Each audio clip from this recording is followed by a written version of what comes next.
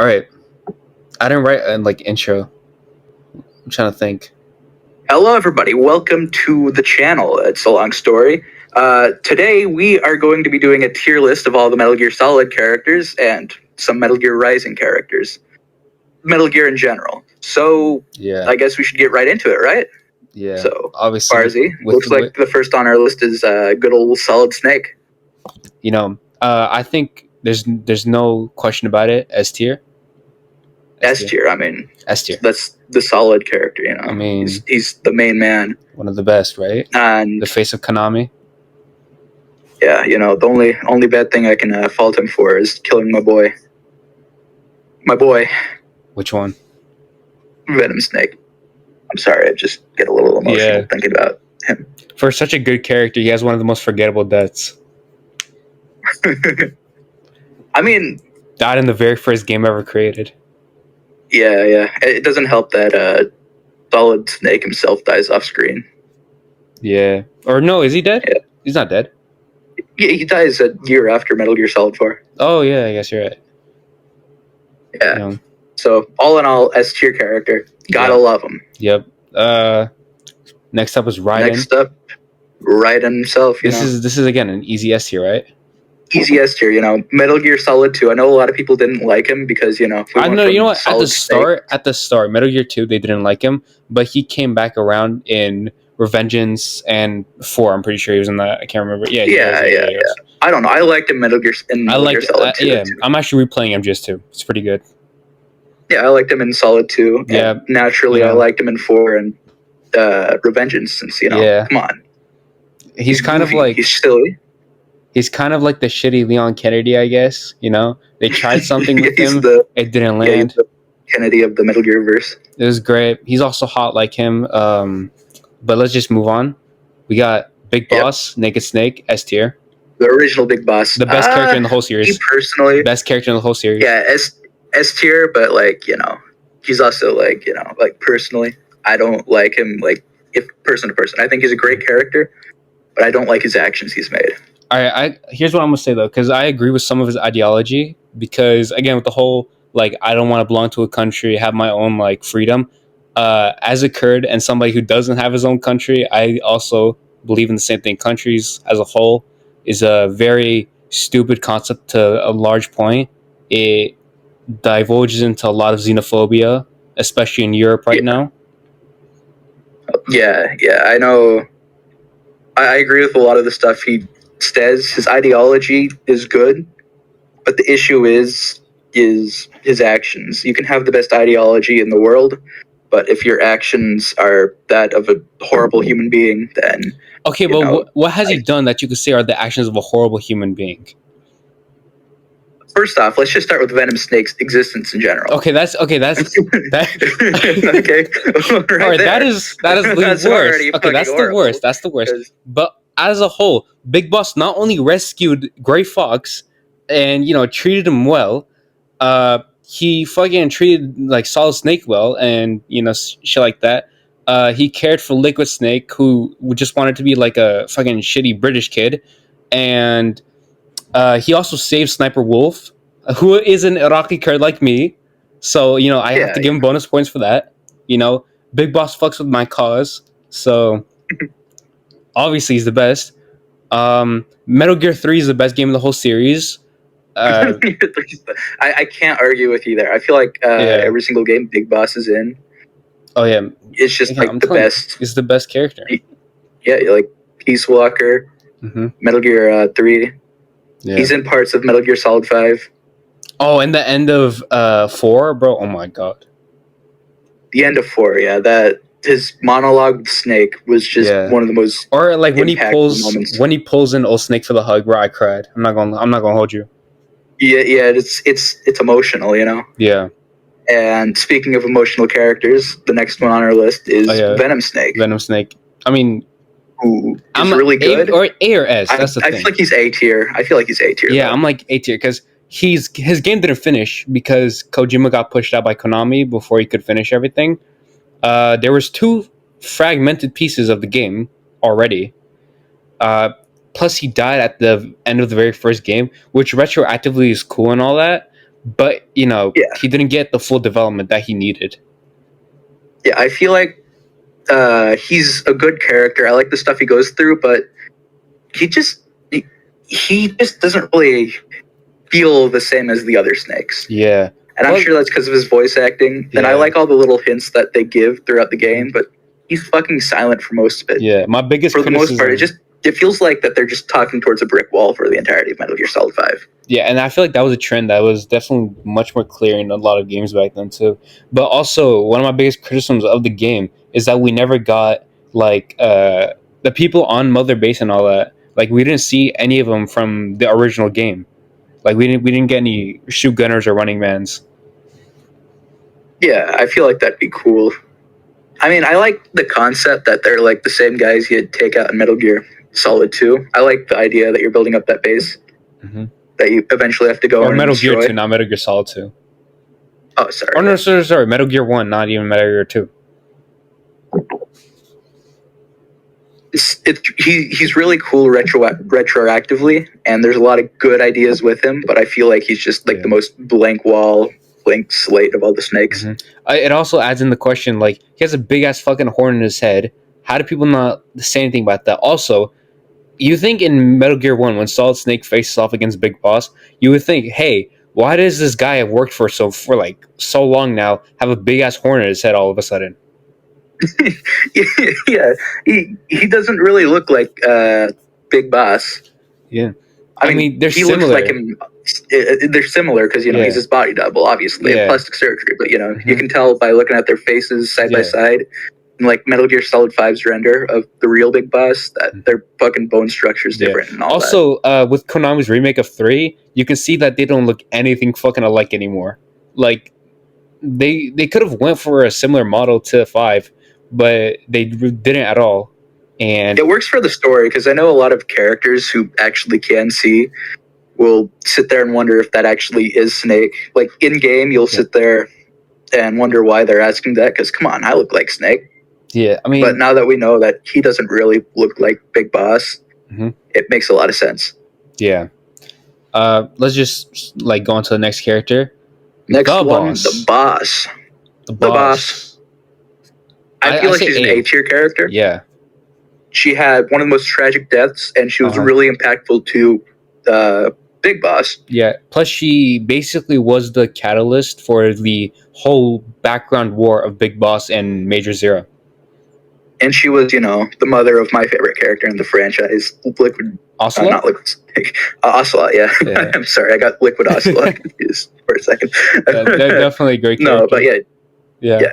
I think good character. I have. I was like, I wrote some notes down just in case I forgot any of like the background characters. And I'm like, why I like her so much. She gave birth to fucking Ocelot. Yeah. My issue is like a lot of the female characters in the Metal Gear franchise. She does kind of get a little bit of that Kojima-itis, where he'll just like sexualize them, kind of take away from their character. That's why I'm glad. I don't know if they have good story. I don't know if it's my own motherly issues, but like I just found the connection between Naked Snake and the boss like to be really captivating. It was, yeah. It was a captivating part of the story. It was beautiful, and again, her death was heartbreaking. Also, I've played the game about 100 times, and I cry every single time you have to pull the trigger and kill her. Yeah. Again. Yeah. Good character. Next up, hold on. As we can see, is the GOAT. Took 30 minutes of screen time and fucking ran with them. Yeah. He's an S-tier character, Meme himself, doubt, right? Mr. Meme himself. I say, yeah. Mr. Meme himself, S-tier character. He was barely in the game, and he's like the one thing everybody remembers. Yeah. It was the most American-Japanese man of all time, besides Chaz.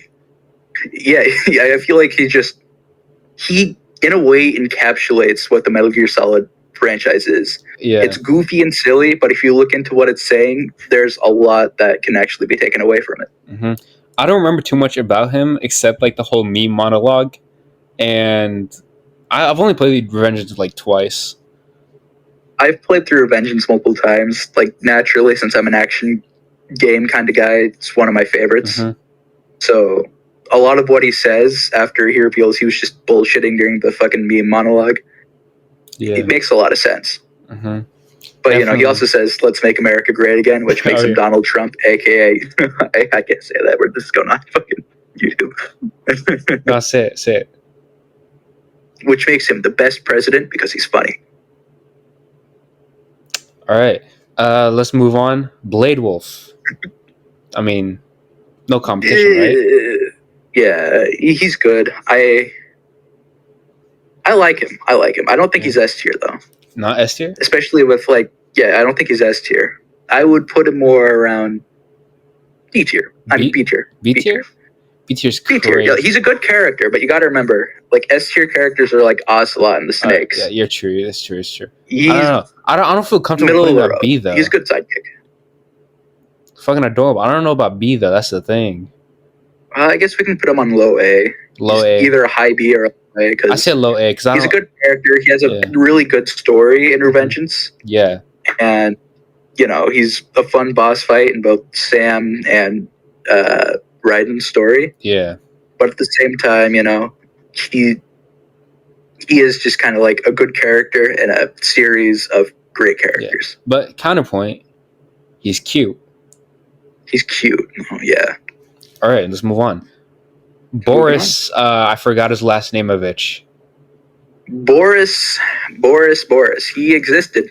Yeah, he was there. He had a couple funny lines, but he just kind of existed throughout the game. Yeah, I don't particularly care for Boris.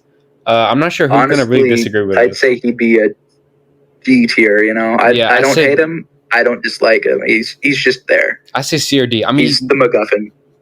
I don't know. I'd say D since D? he's a decent character. I know, but we're gonna get some. He works for the story. He keeps it moving, but he's not the most interesting in the Rising cast. I agree. As we go further through this, we can rearrange some of the characters. Yeah. Yeah. All right. This is the CIA director from MGS3. We gotta go Huey tier, right? Yeah. He fucking made the Metal Gears. Yeah. No. He didn't make the Metal Gears. He was he made the idea. Huh? No, the person who made the original design is later on the list. Blah, blah, blah. Oh yeah, I'm getting people confused. Oh wait, wasn't that the guy that? He's from the CIA. He's the one who basically fucked over the boss and shit, and caused the plot to get even more confusing with the whole Philosopher's Legacy.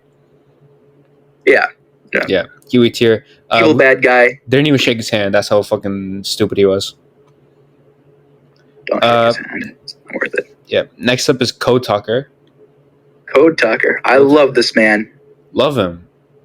We love him. I mean, who doesn't love Code Talker? I'm not sure. He's an old man. Yeah. He's an old man. Mm-hmm. So where would you put him? I'd put him around C tier. Where you put him? Yeah, he's C tier. He's a character. Yeah. I also said C tier. I like the stuff he brings to the game. Yeah. His mission where you get him, it's pretty fun. Mm-hmm. But he exists. Yeah. He's another old man. Who would you say is better, Code Talker or Uncle from Red Dead? Fuck. It's got to be Uncle. Yeah. I don't even have to think about that. Code Talker, he's silly, he's goofy, but unintentionally so. Yeah. Uncle just has charisma. I think all he really has to his name is that he can talk to codes. Yeah, between you and me, I like the fact that he can, code to talk. Yeah. All right. What was that? Next up is Crying Wolf. Crying Wolf. Where'd you put her? She was from the Beauty and Beasts. I think that was the name, right? Honestly, I don't really like the Beauty and Beasts. They're the most forgettable set of antagonists in the entire franchise. I literally wrote on my notes that they all felt more like rehashes of an already great idea. Yeah, they're all rehashes of stuff from previous games or previous forms of media. Mm-hmm. Only thing they got going for them is they are hot women in a series full of hot women. Yeah, except these ones have insane mental illnesses. They have mental illnesses. They have sad backstories, but so does every single fucking character in this franchise. Yeah. I mean, one of them literally had to fucking stop nuclear war 6 different times. I mean, yeah, but so does every other fucking snake every single 2 days. Yeah. They're not special. They're the most mediocre antagonists. Yeah. All right, for Crime Wolf specifically, though, we got to go C or D. I'm putting them in F. I mean, they're just F? forgettable. It took me a second to even remember what they were. F is a little harsh, though. F's just like for the characters that. Come on, can you tell me a single character trait she has? I can't argue against you. So we're gonna put him in F. Yeah. All right. Next up is Cunningham. Hey, my man. Cunningham. My man. Do you wanna tell me where'd you put him? I put him next to Code Talker. Next to Kotager? He's a fun guy. Above or under Kotager? I'd say above, since I feel like he has more stuff to do. Yeah. Next up is Diamond Dog. I mean, oh my god, we got to put him next to Blade Wolf. Oh, you said next to Blade Wolf? I thought you meant S. S tier, never mind. Yeah, now that I think about it, that man, he has a fucking eye patch, dude. I know, right? What other character in the franchise has that? I mean, don't shut up. Yeah, I can't think of any. Exactly. There's no other character with an eye patch in the franchise. Next up is the DoD official. I just put him in irrelevant because he doesn't fucking matter. Yeah. He was there. He was there, but he got overshadowed by how fucking stupid the CIA official was. I feel like that also goes with the next guy on the list. Even if we're talking about like the octopus guy, I don't even remember what his fucking role was. I just know he was the black guy that died at the beginning of Metal Gear Solid. Oh, this guy. Sorry. Yeah. Okay. Fucking, what was his name? Decoy Octopus. DARPA chief. He's the DARPA chief. The DARPA chief was Decoy Octopus.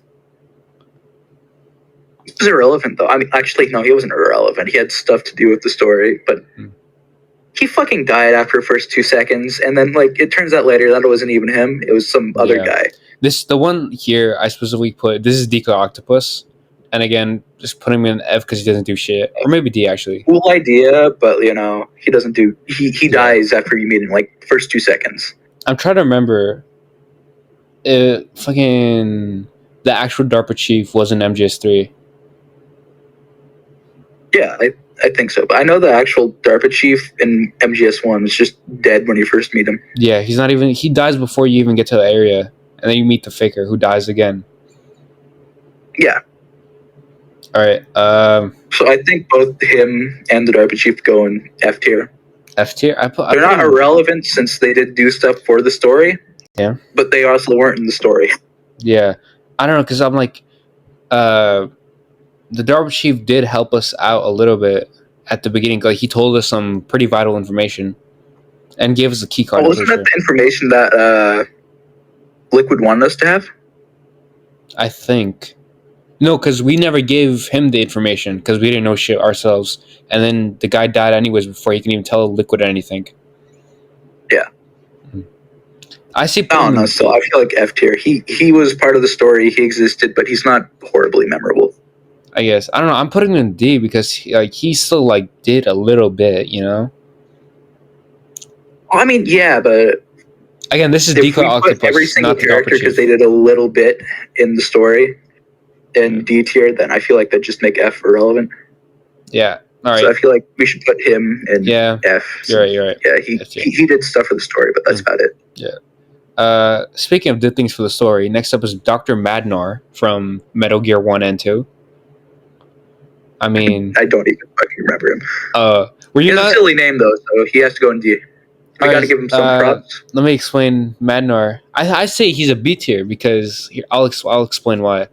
So, first of all, in Metal Gear 1, we help him out, and, he then goes crazy because everyone thinks he's insane, and he works with Big Boss to take down Keo Marv, and... he was there for both games. He was a good character. He was lying behind Snake's back and shit, and he was doing all this evil stuff. He had a daughter and stuff, so he helped us stop the nukes again twice. And overall, out of all the old games, he was pretty useful and interesting compared to a lot of the other ones. I like his name. We'll keep it in B tier. Madnar. Next up is fucking what's his name? I love this man. He is a monkey and he gives us guns. Mm-hmm. And he is a monkey. So, what, B or C? He gives us guns. I'd say C. He's next to Code Talker, Yeah. He was a fun character. I liked him. I liked him, but you know. Yeah. All right, and then next up is Elisa. Elisa. She was the one with like the dual personalities, I think. Oh yeah. In fucking Peace Walker, right? I'm trying to remember. I can't remember if I can remember. I think so. Yeah, I think so. Yeah. She was pretty interesting, but she was also kind of a bum. Boris here. Yeah. Our first Emmerich list. Oh yeah, Emmerich. I like what she did. Emma. Hal's story. I like Emma. Yeah, I like Emma. She shouldn't go in Huey tier though. Okay, here's my like line of thinking. Right, I'm not putting her in Huey tier yet because I just don't want to like hold down the button. For Emma, I said Huey or C tier, and the reason I have these two like complete opposites is because sometimes I'm like she's a pretty good character, and the other times I'm like I fucking hate this bitch. Yeah. I mean, her reasoning for stuff makes sense. At the same time, you know, it's a little disappointing how she shows up, says hi, and then fucking dies. It's the line between gameplay and story. Like, you can have a really interesting character, but have some extremely awful gameplay aligned with that character. Yeah. I feel like that's what a lot of Metal Gear Solid 2 suffers with. It'll just have like these parts that you just don't like playing through. Yeah, or it's like that you forget about. Yeah. But then you come back to it and you realize, wow, this fucking sucks. Yeah. And I feel like she was definitely part of that. Mm-hmm. So where would you put her? But I don't think she's Huey tier since we're focusing on story stuff. Yeah. I think for the story itself, and for what she had to Hal, I think she should go to D tier. Yeah. She had some stuff to Hal's story. Mm-hmm. She was an interesting character, and she had a funny parrot. Yeah, I agree. All right. Then let's just move on to Eva. She gave birth to the snakes. You got to remember that, though. Yep. She gave birth to Liquid, Solid, and Solidus. The three. Oh wait, was Solidus? Was Solidus like a real birth, or was she like the lab, like the tube baby? I think he was the test tube baby. Yeah. I don't know. It's strange. I wouldn't be surprised if he was, but he also could have been, you know, one of the many fucking. I'm remembering Liquid's monologue at the end of MGS1, and I remember it because I fucking did it all. It was great, and oh my god, every time I do the games, my voice just gets so strained. But yeah, she's. I believe they killed. It was like 8 or 6 babies. They killed all of them except 2. So I'm pretty sure Solidus, because he's an exact replica of Big Boss, which means he had to have been like a test tube baby then. Yeah. So again.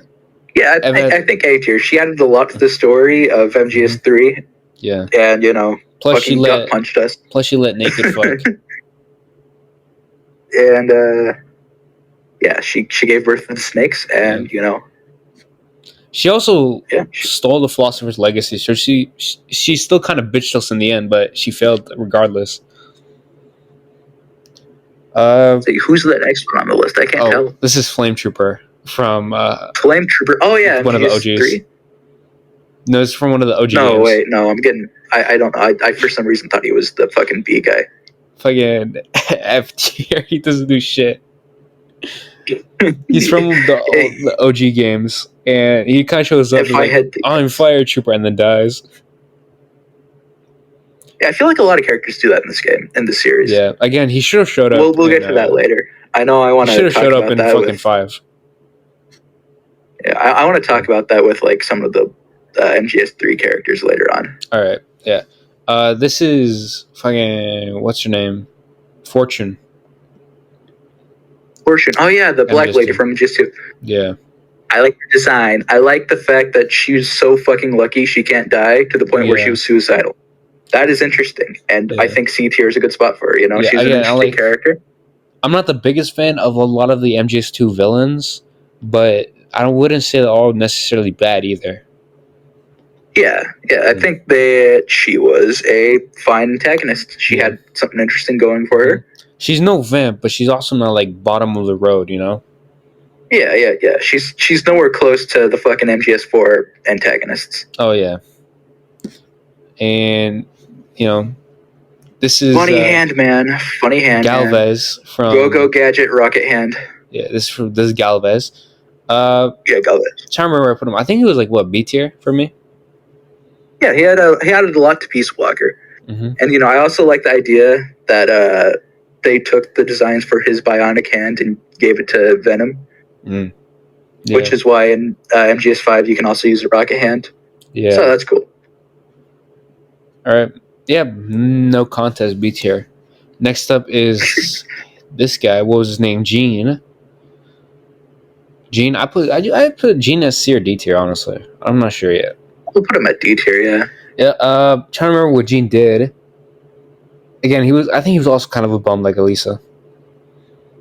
Yeah. Yeah. I have a horrible truth I have to admit right here now for all the ladies and gentlemen watching this. I haven't played Peace Walker. Really? Really? It's a great game. It's like $9. No, I just haven't played it yet. Yeah, you got to go do that. I got to do that. And this is like it looks fun. This is a very big scandal. I don't know if anyone could ever. I know. I can't believe this. I lied to everyone. And I broke everyone's trust, and I bring dishonor to my family. Yeah. Next up is George Kessler. Irrelevant. Yeah. I mean, what did he really do? Did I even mention him in the fucking podcast episode? I'm not sure. I don't think I did. I don't think you did. I might have let off like a single remark about him, and then just forgotten all about it because nobody cares about George fucking Kessler. Anyways, next up is Granin, who again, legs. B or A tier for me. I'd say B tier. Yeah. Yeah. He had a lot of the story. He was funny, and he made the Metal Gear. He was there for like what, fucking Metal 5 minutes. Yeah. He clutched up with helping Naked Snake. He also worked on the original Metal Gear project, which was overshadowed by Shagahad. And he also informed Snake of the fucking what? Philosopher's Legacy. Yeah. I was about to say philanthropist, but no, it's Metal Gear Solid 5. Yeah. So, he's memorable. I like him. He had a lot to the story, obviously, Metal Gear. Yeah. Metal Gear. And definitely one of the better additions. Legs. Plus, he was barely there. It felt like it was more of a cameo appearance than anything. But I feel like these games do that a lot. They'll bring in a really interesting character in and give him like 2 seconds of screen time. Mm-hmm. But it makes sense considering it's kind of like again, it felt like it was a cameo appearance for a project that never came out. Yeah. Anyway, he has legs. Next up was Gray Fox. Our boy. Obviously. Gray Fox. Obviously S tier, right? He is S tier. He is a ninja, and he fucking saved us. He after everything he put us through, he was like he realized. Okay, but here's the thing. Here's the thing, though, right? He was never an enemy, though. That's the thing. Like Metal Gear 1, we saved him, and we were still friends. Metal Gear 2, we were enemies, but at the end, he had no ill feelings towards Snake. MGS 1, he only came back. It was the same thing. Gray Fox and Big Boss, they were like fighting before because Gray Fox couldn't get him out of his head, and he just wanted that final competition between the two. And MGS 1, it mirrors the same thing with how Gray Fox wants to fight Solid Snake and can't get him out of his head again. And it's that's his final wish. He wants a battle to the death between the two greatest rivals in Foxhound. And then in the end, he gets crushed like a fucking bug. I mean, you don't have to phrase it like that. I mean, he clutched up with fighting the Metal Gear, and he also him and Snake had a heart to heart about his sister and stuff, and he was just a great character. Man, he was a good character. I loved him, and it was really cool. The first time playing through Metal Gear Solid 1. Yeah. I'm gonna pretend I haven't seen the rest of the franchise. It was pretty cool seeing a fucking robot ninja. Yeah, it definitely was. Again, easy S tier. Next up is Gustava Hefner, who again was the ex-girlfriend of Gray Fox in Metal Gear 2 Solid Snake. I mean, I say B tier, maybe C. but it's like, I say B. I'm trying to remember what she did. She helped Snake quite a bit. She was romantically entangled with Gray Fox. She actually could communicate with Kill Marv, but she got fucking blown up on a bridge by her ex-boyfriend. Wholesome, yeah. Yeah. As as everyone does. Of course. Anyways, next up is Guy Savage from the original Metal Gear Dreams from MGS3. I mean, irrelevant, right? Irrelevant, yeah. Like, it wasn't bad, but it wasn't like he's important either, Yeah. There's the Dreams, right? Yeah. I mean, overall, it was just a joke about Naked Snake being afraid of vampires. Yeah, and even then, that entire sequence is, if I remember correct, isn't in like a lot of the newer copies. No, I think it was only the original copies for was it PS2? Yeah. Next up is Holly White from Metal Gear 2, White. I think. Or Metal Gear 1. I'm trying to remember. One of the Metal Gears. It was one of them, yeah. Fucking D tier.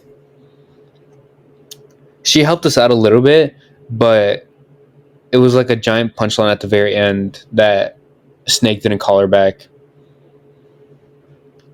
Oh, that scandalous Solid Snake. Yeah. If only the ladies realized sooner that he was into men. Mm-hmm. Wait, no, canonically, I think his Big Boss was into both. It's not Solid. I mean, have you seen the way he interacts with Otacon? That's true. But here's the thing, though, right? He raised a kid with Otacon, okay, man? I don't think you'd say it's like gay, because I feel like I would also adopt a kid and raise it with my homie. Or it's like what fucking Tyler the Creator said, like, I appreciate you for sucking my dick, but I'm not gay. I'm sorry, you can't convince me though, Solid Snake, he's gay, and Big Boss, he's gay. Big Boss, he had Big sex Boss, with a man, so Yeah, I mean, that's hot though, So you can't. I don't know if you can say he's gay. He's I take that back. Gay, that's insulting. He's homosexual. Exactly. Yeah. Exactly. Do you think Big Boss uses the F slur? I don't think he's smart enough to know that the F slur means an actual slur. He just thinks it's like a cool thing British people say about cigarettes. A Big Boss? Big Boss, yeah. He probably heard Liquid say it, and he's like, I wonder what that means. He heard Liquid or like what's his face in MGS3 say it. I can't remember. We'll see later. Next up is Hot Coldman. Hot Coldman. Oh, Hot F tier, right? What do you mean S tier? That name's perfect, and he does so much for one the of the story, best names in the franchise for sure. But let me go into my reasoning, right? So number one, he planned the boss's death, indirectly caused the reason we almost fell into World War III. He antagonized Naked Snake's operation during Peace Walker to regain his status, and not only all of that, but he even disgusted Huey of all people. That's how bad he was. He fucking disgusted one of the worst characters in the series. I mean, Hot Coldman, ladies and gentlemen. I say, because he was like, as like somebody to hate, he was better than a Huey tier, but he was also like awful, and I want to put him at Huey tier, but I'm not sure. Yeah, I think we should put him in Huey tier. Yeah, I say Huey tier. I say Huey tier, yeah. Speaking of Huey, our boy Huey Emmerich, fuck that guy. Oh yeah, I have so many notes about Huey. I can't think of a single likable thing about him. The only good thing he did was give us fucking Otacon. He fucking. Hold on, he's just a piece of shit. I can't. I'm struggling to fucking think of a single good thing he's done. I have a few. Again, outside of Otacon. I have a few notes about Huey. Number one, the only good thing he did was create Otacon. I wrote that down. Exactly. Huey developed the bipedal tech for Peace Walker and later created the Metal Gear Sahelanthropus. I forgot how to fucking say it. Sahelanthropus. Metal Gear. Yeah. Huey used his own son as the fucking test pilot for that, which literally caused Strangelove to hate him and take Hal away. Fucking dubs for Strangelove. Fuck Huey for that. And then he kills Strangelove. Yeah, next line I wrote was he then murdered Strangelove for that. Huey also let the vocal parasites on Mother Base mutate, and of course the team exiled him. And the best part, Oh my god! here, let me explain the best part. The best part is when Huey and Hal reunite, and he gets remarried to Julie, who then gets fucked by his son. This is such a perfect punishment, bro. He gets cucked by his own son, and then On one hand, huh? Go ahead. Hal has big dick energy there. On the other hand, I feel bad for Hal. That was like fucking traumatizing for Oh the yeah, little it boy. was traumatizing for Hal. Like at least Huey got cucked. During that time, didn't Huey like try and assault his daughter, and then fucking fell into the pool and drowned? No, I think he dragged her alongside him into the pool. And then drowned because he has no fucking legs. He has no because legs. he was going to commit His suicide legs on are fucking purpose, broke. but he wanted to like murder Hal's stepsister, but still fucking failed because he's Huey and he can't do shit, bro. All right, real quickly before we get to the next guy, let's do a quick intermission. I need to do something real quick. Go ahead. Next up on the list is the guy from Metal Gear Solid 2. What was his name? No, it's not. That's James Johnson from MGS1. Wait, no, sorry, I'm wrong. James Johnson was the president. I'm thinking of Jim Hausman. That's James Johnson. Sorry, James Johnson from the president. Yeah, the president. I mean D tier, right? D or F tier? Yeah, I'd say F tier. He was a puppet. He was a puppet. He's not that interesting. Really dead. He's kind of mid. On a much more opposite note, we have on a much less mid scale. We have the boy, the man, the myth, the legend, Samuel Rodriguez from Metal Gear Rising. Oh, my fucking mouse. I say A. I mean, the Metal Gear Rising characters in general, all of them are arguably one of the best set of antagonists in the entire franchise. I highly agree. I honestly, like, between Metal Gear Solid 1 and Rising, it's like a really tough pick for me. I feel that, yeah. Between as the better antagonists. Mm-hmm. I'm glad for a spin-off they were able to like create their own thing separate from Metal Gear, but also being a Metal Gear game at the same time. Exactly, because you'll find people who love Rising but just have not played any of the other games because Rising is just that unique of a game. Yeah, again, it's kind of like 5. These games have their own fan bases that do not like the OGs and will not play the OGs, but will love everything about the new ones. Exactly, and that's because the newer games are really solid. Oh, I see what you did there. Yeah. Snake. And yeah. Go ahead. Good character. I love him. I want to kiss him on the lips. Yeah. Next up is Jim Hausman from MGS1. F tier. Maybe actually, maybe Huey tier. Do you remember what he did? I don't remember what he did. He shows up super late in the game and basically takes over the whole operation. He's like, I'm gonna nuke the fuck out of you guys. And then they're all like, this is a terrible idea. He's like, nah, I don't give a shit. And he fails the plan anyways. So, Huey tier. Yeah, and after all of that, out of all the antagonists in MGS1, clearly he's the most forgettable. Yeah. I mean, like, because, they have fucking Liquid Snake in that. It's kind of hard to beat him. Yeah. Speaking of forgettable characters, we have this guy, Mr. Jacob Johansson, Johan Jacobson. Irrelevant. Nobody cares about him. Irrelevant. Yeah, nobody cares about him. We can just move on. Oh my god. Johnny from MGS3. Yeah, it's the MGS3 version. I still say, like, we got to give him a B. I'd say D tier, His son's better, though, because, when we get to his son, that's where the story kicks off. Though. This was the OG. Johnny. This was the OG. I mean, he's the GOAT, he's the one that started the IBS trend in the family. Yeah, I mean, I couldn't give it. You know what? Maybe a C because he wasn't too important, but he was kind of like, he has the J he on popped his up, set high. We all fuck with him. Come on now. I'm gonna name my son Johnny. Johnny, and we gotta respect that. Yeah. Of course, next up we have Our Johnny Sasaki. I love this man. You know, his IBS saved everyone in Metal Yeah. Gear Solid I 4. mean, MGS1, he was just a basic thug. He was crushing on MGS1, the basic prisoner thug. Meryl, and then many years later, MGS4, he marries his crush. You know, a He very fucking heartfelt story. marries Meryl. Yeah. You gotta give the man props. After, He is a comic relief yeah, character, but I see a lot of people who hate the fact that he like genuinely played a big part in MGS4. yeah. I mean, But I think it's really funny. hmm I mean, I think obviously, it's really funny. we gotta give him his props in the end. You know. Next Mhm. up is this guy. I wrote Jonathan, but I can't remember why, because I'm blanking on who this was. That looks like it's just a version of Johnny before Peace Walker. Yeah. I don't. I It's wrote probably what Jonathan. it I'm is. like, was he the fucking father or some shit? I can't remember. Someone's gonna point it out, but like, you guys are so fucking dumb. This is fucking X character from like random ass moment in the series. I'm blanking so hard on his name. I wrote Jonathan, but I'm like, who the fuck was this guy? Or this might have just been Johnny in a different scene. I just can't remember. I think so. Yeah.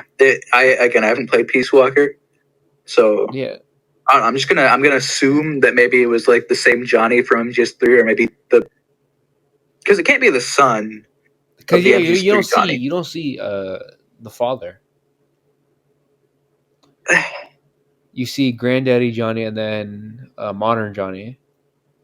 Well, I mean, yeah, but you know, I always kind of assumed that modern Johnny was the son of MGS3 Johnny, MGS3 Johnny unless you was know, a young man in the 1960s. Modern Johnny is in fucking 2014, 18. yeah, he's like, I mean, you got to remember, like MGS characters age weirdly. I Who knows mean, how old Johnny is? Like, fucking look at Meryl, the woman he's marrying. yeah, but it's like the difference between MGS like 2 and 4 isn't super great. It's just because Snake has a disease that makes him look super old. Yeah, MGS4 takes place in 2014. I could very easily see that Yeah. MGS3 Johnny is the father of modern Johnny. 1980s Snake was in his like 20s, I think, or 90s Yeah, Snake was in like his 20s or some shit like that. And then MGS1, he was like what, 34 maybe? I can't remember. yeah, you know, he was still a young man. Yeah. Uh, I'm gonna chalk it up to R11 just because I can't remember why I put this in or which character this was. Uh, Oh my god, Next I'm the up, most beautiful man in the world, Kazuhira Miller. Kazuhira Miller. You know, outside of the backstab I don't at the end know. of Peace Walker, I don't he know. was, you know, he was fucking Snake's boyfriend. You know, Yeah, the I two mean, had sex in a box. yeah. Exactly. Okay, He here. is just the man. I wrote a lot of notes for him. To like chalk up my thinking because I didn't know. Again, I wrote maybe C, but I was like, that's so stupid for Kaz because he was in so many games. He's such a good character. I'm like, it has to be A tier, right? He has to be A tier. Yeah, like come on. He was Snake's mentor. I'm Solid kind of six mentor. We sad gotta make that that thing. the way he Solid six died. mentor. Big Boss's twink boy wife. Yeah, he was Big Boss's twin life. And you know, after that, you know, he unintentionally cheated on Big Boss with Venom Snake. You know, Exactly. it's Yeah. you know, I love the man. hmm he was very interesting because in sorry, what? No, continue. Yeah. Continue. I say he's very interesting because his like trajectory, like his life trajectory, is very interesting. Like he has a lot of really great backstory from before the games even begin, and a lot of things. Like he's a bit of a bum. Like I'm struggling to think of a good word to put him as, but he's like just a bum. You know, a lot of times. The Debbie Downer. Exactly. You He know, is a huge downer. Like you know, he's a fucking waste. Ocelot will walk into the room with like fucking champagne and wine, and Uh-huh. Burger Man here will just shoot that shit down because you Fucking know MGS5 it's Johnny not with, or not Kazuhira Johnny, sorry, brand burgers. MGS5 Kaz with this fucking whole speech about uh suffering and shit the whole time. Like you could see Why are we still here? Ocelot's just chilling, Just like bro, suffering. just shut the fuck up, please. You know. Again, funny thing, you know, he was forced to face his consequences for being such a fucking bum, uh, being retarded and all that, and the consequences of his actions left him being so unliked by all of his old friends that he was dead for literal days without anybody knowing or caring. He was dead for, I mean, to be fair, For during multiple those days, he was days that he dead. was dead, Huh? there was some dude on the radio pretending to be him. So Yeah, but nobody yeah, went to his house or checked up on him personally. Like they just like there was his coworkers.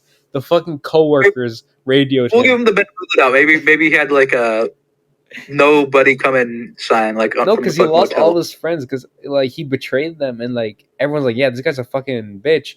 And even Big Boss is like, I'm doing this grand plan. The one thing I can't do is let my old fucking side piece know that I'm like not the guy, And then he told Yeah, he even Ocelot, changes around some of Venom's memories because of that too. yeah, So Venom can continue trusting him because yeah, if it's Venom knew what fucking Cause did, he also wouldn't trust him. yeah, fucking Ocelot knew the whole time that it wasn't the real Big Boss, and then Kaz is just chilling there, like, yeah, man, why don't you touch me like you used to? Not It's the whole like, time. Not the whole time. I mean, technically he did know, but he brainwashed himself into not knowing for a good amount of time. yeah, I mean, Ocelot brainwashed himself into believing he was Liquid Snake, so. True, true, true. Yeah, I also wrote, Ocelot's very gullible to himself. I guess. I mean, it's That's how not. good Is it he is. gullibility or is it idolism towards Big Boss? Like in a way, Big Boss was kind of Ocelot's unknown adopted brother, and he was kind of like a fanboy. It was very much a big brother little brother dynamic between Big Boss and Ocelot the whole time, and both of them wanted to like make each other proud as like a very cool like sibling dynamic. Uh, and I'll go further in detail when we get onto him. But also for Cass specifically, he was great in Peace Walker, but he does fall into like a shadow of his former self when Phantom Pain rolls around. And again, Yeah, I he get did that. I some get bad that. shit. Through the scope of Big Boss, Kaz is a little bitch, but overall, I think he's a good character. I have to put I him in mean, A. you can't blame him for being a dick in MGS5. Like the man is in constant pain. Yeah, So but it's like that was just a lot of it was bad writing with how he was one note. yeah, I We feel can't like forget that. MGS5 did have a lot of like one note writing. Yeah. Again, that we could say Like because the game was never finished. yeah, and it didn't help that like Kaz's personality is in the recordings, not in the fucking cutscenes. Yeah. Uh, Next up is Kenneth Baker from MGS1. I mean, I'm just gonna flat out say it's F or D, right? Yeah, Yeah. I think the one thing I remember from him is he died. It was like he was tied up to some C4. The only thing he did was help Oh yeah, introduce he Gray Fox and Ocelot. That was the one thing he was there for. he was the fucker sitting there in the middle of the Yep. Ocelot fight. And then he did a big fucking giant exposition dump in which he died right after. But he also helped us contact Meryl.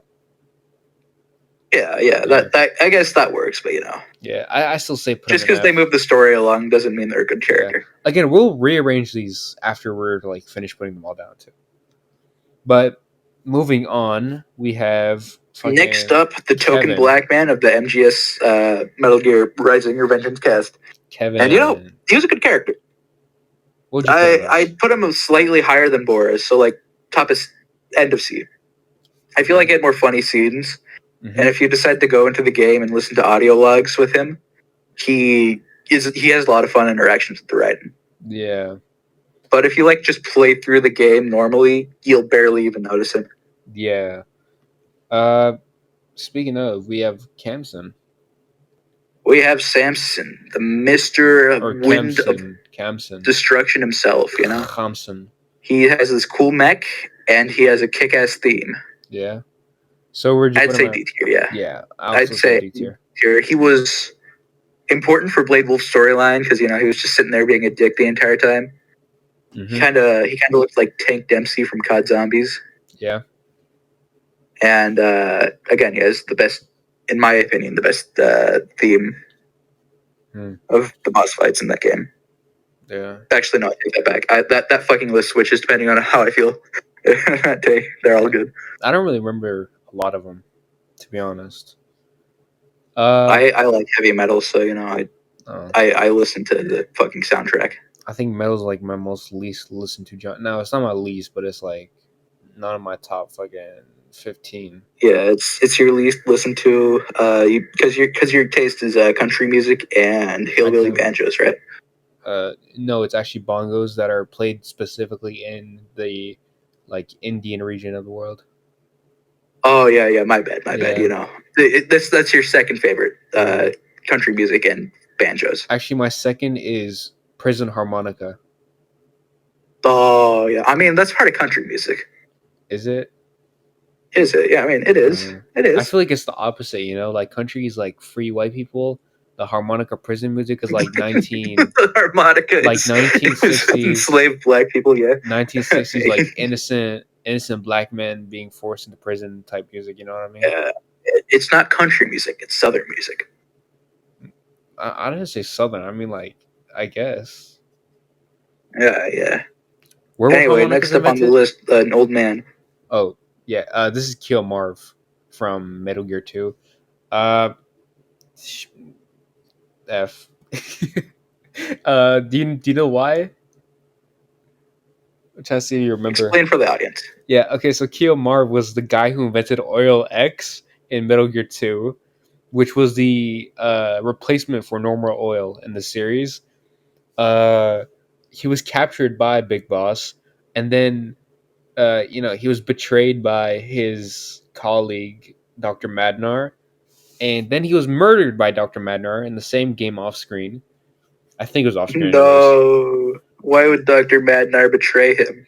Yeah, and then Madnar died anyway, so it was a lot of death that didn't That matter. bastard. Yeah, again, that's why I put him in F. Maybe D because he invented Oil X, but it's like F. I mean, like, again, I keep they him in can F. add stuff to the story, but that doesn't make him a good Yeah, character. I say keep him in F. Uh, Yeah. Like, he's not entirely irrelevant. He did something for the franchise. yeah. But, I mean, he's not a he good was pretty character. irrelevant for the rest of the franchise. A lot of the OG Metal Gear characters were pretty irrelevant, except Kaz, I guess. Yeah. And, like Liquid and all that, or not Liquid, Solid. Kaz and fucking uh, Big Boss, Snake, Gray and Fox. Gray Fox. Those are like the only characters with carryover. Yeah. Next up is Laughing Octopus, Miss Tentacles Yeah, herself. it's another woman. Oh, you don't like women? Also had a tragic backstory. F tier. I kind of want to put all of the evil ladies from MGS4 into F tier because Yeah. they're either rehashes that they're just not unique. Especially at that point in the franchise when we had a billion other characters like them. Yeah. All right. The only thing they got going for them is they're hot women. I guess, yeah. What them tentacles do, I guess. But anyways, next up is Liquid Snake. My boy, the man, the myth, the S tier character. Of course. S tier character. Easily. It's so sad they killed him off at the end of MGS1 because you could tell, like, after that was just a huge fucking misstep because they fucking love him. Yeah. Liquid's just a super fun character. And he is. His whole thing about his whole thing about like genes, and he just monologues about fucking genetics. It's so funny to me. I don't know why. Nobody ever talks about it, but he's like obsessed with fucking like gene therapy and shit. The worst part is he's fucking wrong about everything too. Oh yeah, he's like, I'm the dominant and you're the sub. No. If you know anything about genes, he says, I'm the recessive, you're the dominant. He's saying that Liquid was he's the shadow of Solid. He's like, I was the one with the recessive genes and you stole all the good genes because like the doctors made you the better one. And then it's like, oh no, like the Solid Snake was the recessive gene, he had like the bad and then it genes. comes out like at the end of the day, it doesn't really matter.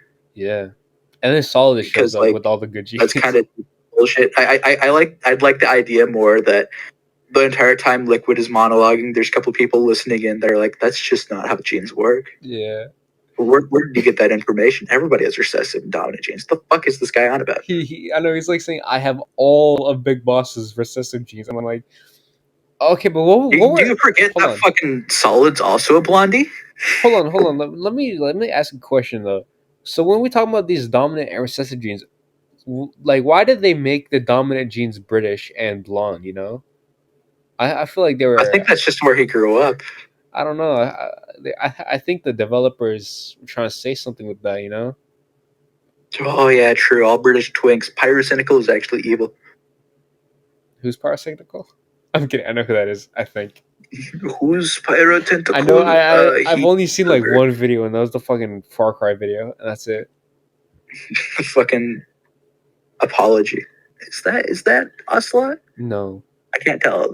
Sorry. These images Yeah. are Anyways, Liquid Snake S tier easily. Love S him. tier. Easily S tier. One of the best characters. Next up is the monkey, fucking Little Gray.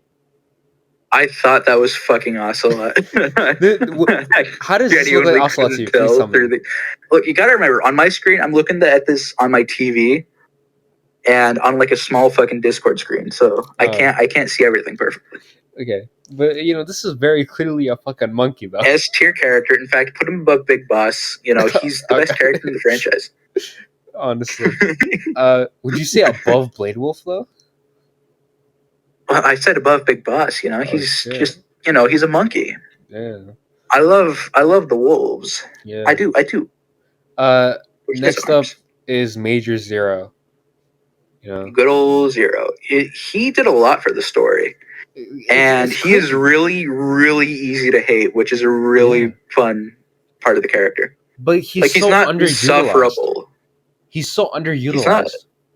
He is, yeah. He's like your Roy Campbell of MGS3, which makes him great. But then he turns into like a bitter version of the boss's dream, and that caused like the fucking competition between him and Big Boss that became just a rivalry that didn't need to happen. And I feel like that. And then fucking MGS4 happens, and he just gets his life support unplugged. Yeah, that's his entire fucking input in that game. That's why I'm like, there needs to have been an MGS5 an MGS6 that delved deeper into the real Big Boss versus Major Zero, and not fucking. He should have showed up in MGS5 though. I feel like he should have. Yeah. Again, I feel like MGS6 should have been him versus Big Boss, but we just never got an MGS6 because Konami doesn't know how to make games, so they have to resort to remaking their like classics first.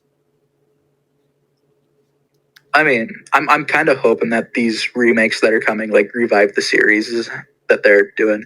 Yeah. Again, the fact that they started with Silent Hill 2 and MGS3 just proves that fucking Konami is. Metal Gear Solid 3, it makes sense because that's like the first game in the franchise you're supposed to play. Yeah, but I don't know why Silent Hill 2. I think it's because the more popular one. It's because they're the best in their respective series. That's why they chose them. I mean, again, I get MGS3. I can see a logical argument for that. That's the first one you'd start out with if you're doing canon stuff. But in Silent Hill 2, they should have done Silent Hill 1 first. Yeah, but Silent Hill 1 isn't as good as they do both look like really good games, so I'll give them that. Yeah. I've been seeing more Silent Hill 2 stuff, and fuck, that looks like an amazing remake. It does. Honestly, I was skeptical at first, but like, oh my god, I think they're gonna hit out of the park. I still have some small issues with what they've done, but it's not like anything big. It's not anything that would stop me from playing the game. It's looking good. It's already better than the first remake of Silent Hill 2. Oh yeah, I saw like the intro, like some actual gameplay of the intro that looked really good. A few small issues, but I'm pretty sure they can like iron them all out before release. Unless it's just been like strategically hidden, It could be that too. I know a lot of games and stuff like do that in the trailers. I remember Red Dead 2 hid Arthur's tuberculosis. Spoiler alert for anybody playing that game. Yeah. In the trailer. Mm-hmm. Whenever they show up, gave us scenes from chapter 6. Yeah. I'm gonna say it could be something like that. I'm gonna say, despite any small flickers and issues that I did have with it, you gotta again remember, RDR2 is super fucking buggy. Still, there's a lot of issues with that game, but it's still one of the greatest games I've ever played. So I'm not gonna hate on it because it's a Rockstar game. I don't think there's a single fucking polished Rockstar game. Like it's weird because Rockstar games are all super polished, but then they're also super fucking buggy at the same time. Like you can play through an entire game without seeing a single bug, but the second you start looking for one, you're gonna find one. Dude, I just mean like in Red Dead, like just like going around and there's something fucking crazy happens. Like my horse flies like 2,000 feet in the air and then crashes down and dies on the other side of the map. And Arthur just like disappears or dies out of nowhere, shit like that. Or if you're walking on a wonky surface, Arthur just continues going up and down. Yeah. Anyway, this isn't a list about Arthur Morgan. Yeah. This is a list about Metal Gear. We should get back to that. Yeah, right. Next up was Mei Ling. Oh yeah, she was the save person in MGS1. Yep. Or she did the flirting with Snake as well, Because Snake, the most handsome man. Of course. Everybody loves him. Yeah. Otacon didn't at first. He was talking about Sniper Wolf in that scene. Oh yeah, I mean that's understandable though. Otacon came around. Otacon probably wanted to be sandwiched between Sniper Wolf and Snake in that moment, though. You know what I mean? He was like, Snake, do you believe in resurrection? Can you get her back? I mean, Otacon was like confessing his feelings to Snake, though. He's like, do you believe love can bloom on a battlefield? And Snake is just looking at him like, I guess. No, this is no place for love. It's war. War is icky. It's gross. I played Black Ops 2. Do you remember the introduction scene in that game? It reminds me how horrible war is. Yeah. Anyways, where would you put Mei Ling? I'd put her, D tier. She was a good side character. All right. I liked a lot of her interactions with the Snake. Next up is Meryl. I mean, Meryl is she's got to be at least A tier. Yeah, she is one of the better female characters in the franchise. Mm-hmm. Her roles in MGS1, I like the mystery. Like, if we ignore the fact she's in MGS4, that she could have died at the end of the game. Yeah. Because you fucked up. Yeah. Now that we know it's not the case, kind of ruins a bit of the mystery, but I still like that part. She also enhanced Sniper Wolf's character with how the bullets don't kill her. So it's like Sniper Wolf purposely did that. That increases her character through the use of Meryl, which I think was very good. Yeah. She is a really good character, and my boy Johnny, he fucking deserved her, Yeah, crushing on her since MGS1, bagged her in MGS4, He's a fucking Chad, Andrew Tate wishes he was Johnny. For real. Next up is fucking Mistral. What was her name? Mistral, yeah. I like her as a character, but I feel like she is the weakest character in Rising. So what? Like she's still a really good character. I'd say C tier, but she shows up. She has a good couple of interactions, but like the bulk of her story is in Blade Wolf's DLC. Yeah, and in that she's like a huge fucking dick to him, and it's really fun. I like her as a character when she's fleshed out. If it was just like the base game, then I would put her in like irrelevant. But because of Blade Wolf's DLC, I'd put her in C tier. All right, C tier. Next up is Monsoon. Good old Monsoon. Another one of the many characters from Rising that had like no screen time, but he fucking made up for it. For sure. Would you put him Granted, in C or the first couple playthroughs I didn't pay attention to his conversation because I was looking at the cat. Makes sense. But I'd say he's a B tier. B tier? Alright. B tier. He's Armstrong's right-hand man, way too overconfident for his skills, and had the most annoying boss fight. For sure. Next up is Naomi Hunter herself, the sister of Gray Fox. I mean, yeah. So next up is I'm kidding. we don't even have to. We don't have to discuss this one. I mean, like, she fucking killed Snake basically through the whatever it was called, Fox die. Yeah. Like, I don't care. I don't even have to think about this one. I fucking agree with you. She killed Snake. Yeah, I'm like, we don't give a shit about her. Next up is Natasha from something I can't remember. Shit, what did she do? I don't know. Let's just put her in irrelevant and move on. Irrelevant. I know what she did, but it's like I can't remember. Much better character, I guess. Maybe Olga Gerlokovich. Like, Olga. she had a pretty stupid boss fight at the beginning of the game. Yeah. I remember her. Yeah. Where'd you put her? Yeah, I'd say D tier. You know, she was a good character. I say maybe high D though. You know, I mean maybe Yeah, high high D. D tier. We'll go through. We'll go back through it. Our boy, our fucking boy, right there. Otacon, S tier. S tier. No questions asked. Yeah. We don't even have to fucking explain it. Put him above Monkey. Yeah. All right. Next up is fucking. Which one is that? That's the B-Man. The Pain. Yeah. Pain. I like all the boss concept of his boss fight. He is an interesting character. He doesn't really do too much in the story of MGS3, but I love him anyway because he has fucking bees, and that's awesome. Yeah. Maybe. But put him in D tier, low D tier. I say C because he was a good boss. Like they're all better boss fights than a lot of the older characters. You know. True. I'll stick with that. Yeah, low C. He'd be a high D for me anyway. So I'd say C's good for the old boss fights.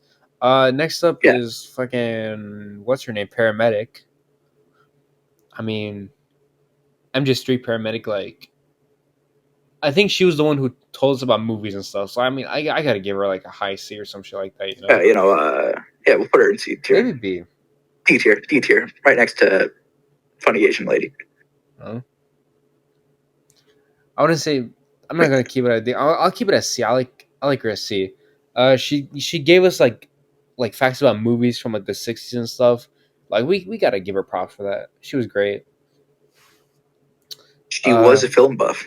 She was the female Hideo Kojima. Yeah. Next up is Paz Ortega. You know what?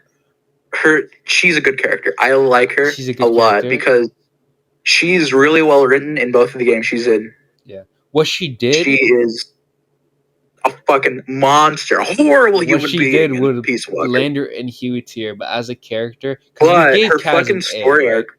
We gave Kaz an A, so we have to give her a higher one, right? Yeah. I mean, with what she represents in MGS5 to Venom, his regret and like that entire little micro story arc with her, I feel like she definitely earns to be up there because that entire realization that he was hallucinating every single reaction with her in the Phantom Pain was just like fucking gut wrenching. Yeah. So where would you put her? I say maybe like a B tier. I'd say B tier, yeah. Yeah. And again, we'll go back through it after we're done. Well, we'll go back through it, yeah. Next up was Peter Stillman, who I can't remember did what. Roman irrelevant. Yeah. It's the Predator. Irrelevant. Whoa. Psycho Mantis. Psycho Mantis. I mean, he has one of the most interesting boss fights in the entire fucking franchise. Yeah. With how he just fucked with your whatever you're using. Like if you're playing on PC, he'll make you switch from keyboard and mouse to controller, which is really interesting. You know. Yeah, and there's like console you have to switch controller ports. Great character. Great character. I like what he does in MGS5 being like the main reason why shit just falls apart in that. Oh yeah, plus bringing back Volgan basically. Yeah, I can't wait to get to Volgan. He's a fun fucking character. I just on a side note, the MGS5 Volgan was so fucking stupid though. I liked it, but it was so stupid because he's like filled with hate. That's how he's alive. But then when he realizes that Venom Snake isn't Big Boss, he just dies again. It's like I feel like that would make me more angry that the guy I've been chasing for so long isn't the real one. I feel like that would enhance my abilities. You know? Yeah. Like, that's such a fucking. We'll talk about that when we get to Volgan. Yeah. Let's wait a little bit because we want to save this conversation. I have a lot to say about Volgan. Next up is Python. I mean, wasn't that the fucking poison guy? I don't remember really. Would you put him in F? I put him in F. You know, nobody really gives a shit about him. Yeah. Quiet. Next up is Quiet. I mean, she's a really good character. She's overtly sexualized by Kojima, like yeah, I'm like comically so. I'm like you. It's But like she is a good Kojima character knew. nonetheless. Kojima knew that is like he can do whatever he wants, and people will debate it. You know, it's like he fucking scanned the fucking actor's feet. Okay, yeah. man. I mean, those are her real fucking feet in the game. You can't really defend it. Like Kojima was being a fucking perv when making her. Yeah. But he did kind of like write a really good story for her. Yeah. So as a character, I think she's A tier. Yeah, I say A tier. Definitely a great character. When she actually speaks and sacrifices herself, it's great. She was very much a good mirror to Sniper Wolf and the End from MGS 1 and 3. I also like adding on with Venom's fucking psychosis. If you replay her mission 7 times, she'll come back as a follower after her mission. Yeah. After the mission where she dies, which makes me believe that he's fucking seeing things again. Yeah. Next up is Raging Raven. Raging Raven. I mean, yeah. We don't really got to talk about it. Next up was Rykov. His only action was getting knocked out and getting sexually assaulted and having Snake get fucking sexually assaulted by That was hot though, you know. I actually really enjoy that. I like that he's literally just fucking riding. Oh yeah. That's it's so funny. They're just like, hey, MGS2, you know, they liked them. MGS2, I heard you didn't like that one, so don't worry, guys. You get to knock this guy out and steal his clothes. Yeah. And face for some reason. I don't know. Last time I played MGS3, you spawn in with the mask. So my question is, did Volgan figure it out because Snake's dick was bigger? Yeah, okay, let me explain because I know all the lore. What happens is Volgan has perfectly memorized his little boy toy's cock size. So when he sees Snake acting a little weird in the mask, the first thing he does is feel him up, and he realizes that his dick is way too fucking big, because everyone knows for a big strong man like Volgan to fuck a little boy toy twink, his dick needs to be smaller.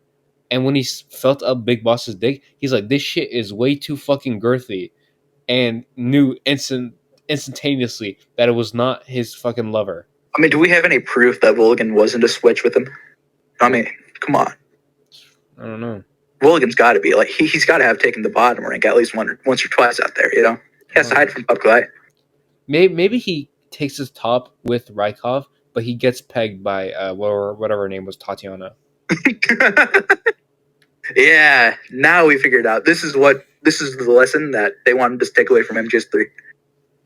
What, be a top tier male lovers and get pegged by your female lovers? Yeah, that's exactly what they wanted us to get. I'd say DT. He didn't do much, but like the fact that he exists is just really funny for the story. Yeah, it created one of like the most iconic scenes of the whole franchise, and I just love it so much. Snake gets fucking sexually assaulted. Next up was Red Blaster. This is a bad screenshot, but this is Red Blaster. He's basically irrelevant. Nobody gives a shit. Moving on, Revolver Ocelot, S tier. Revolver Ocelot. I'm gonna say it. I think he's the main protagonist of the fucking franchise. Bold take. You want to back I think he's the main protagonist of the franchise. The only game he's not in is fucking Peace Walker. Or do you mean antagonist? Because we never play as Revolver Ocelot, so it's antagonist. Oh, yeah, but like the entire story in the end eventually revolves around him. It's his plan that is carefully played out. I mean, it's not technically his plan though. It's his like fucked up brain thinking he's Liquid's plan. Well, I mean, it starts all the way back in fucking MGS3. Sorry. Do you really think a man who is fucking playing with a pistol like a revolver wouldn't have already thought to use revolvers as his main thing? No, sorry. In the end, you fucking sit there and manipulate that bastard in front of you into thinking that you respect him, so that when you follow him around like a little fucking kitten, he just genuinely believes that you fucking believe everything he does, so that you can put your plan in place. He's one of the smartest characters in the franchise, and if you put all of his actions into place, it like fucking blows open an entire new perspective on this entire fucking game series. Ocelot is definitely one of the smartest characters in the franchise.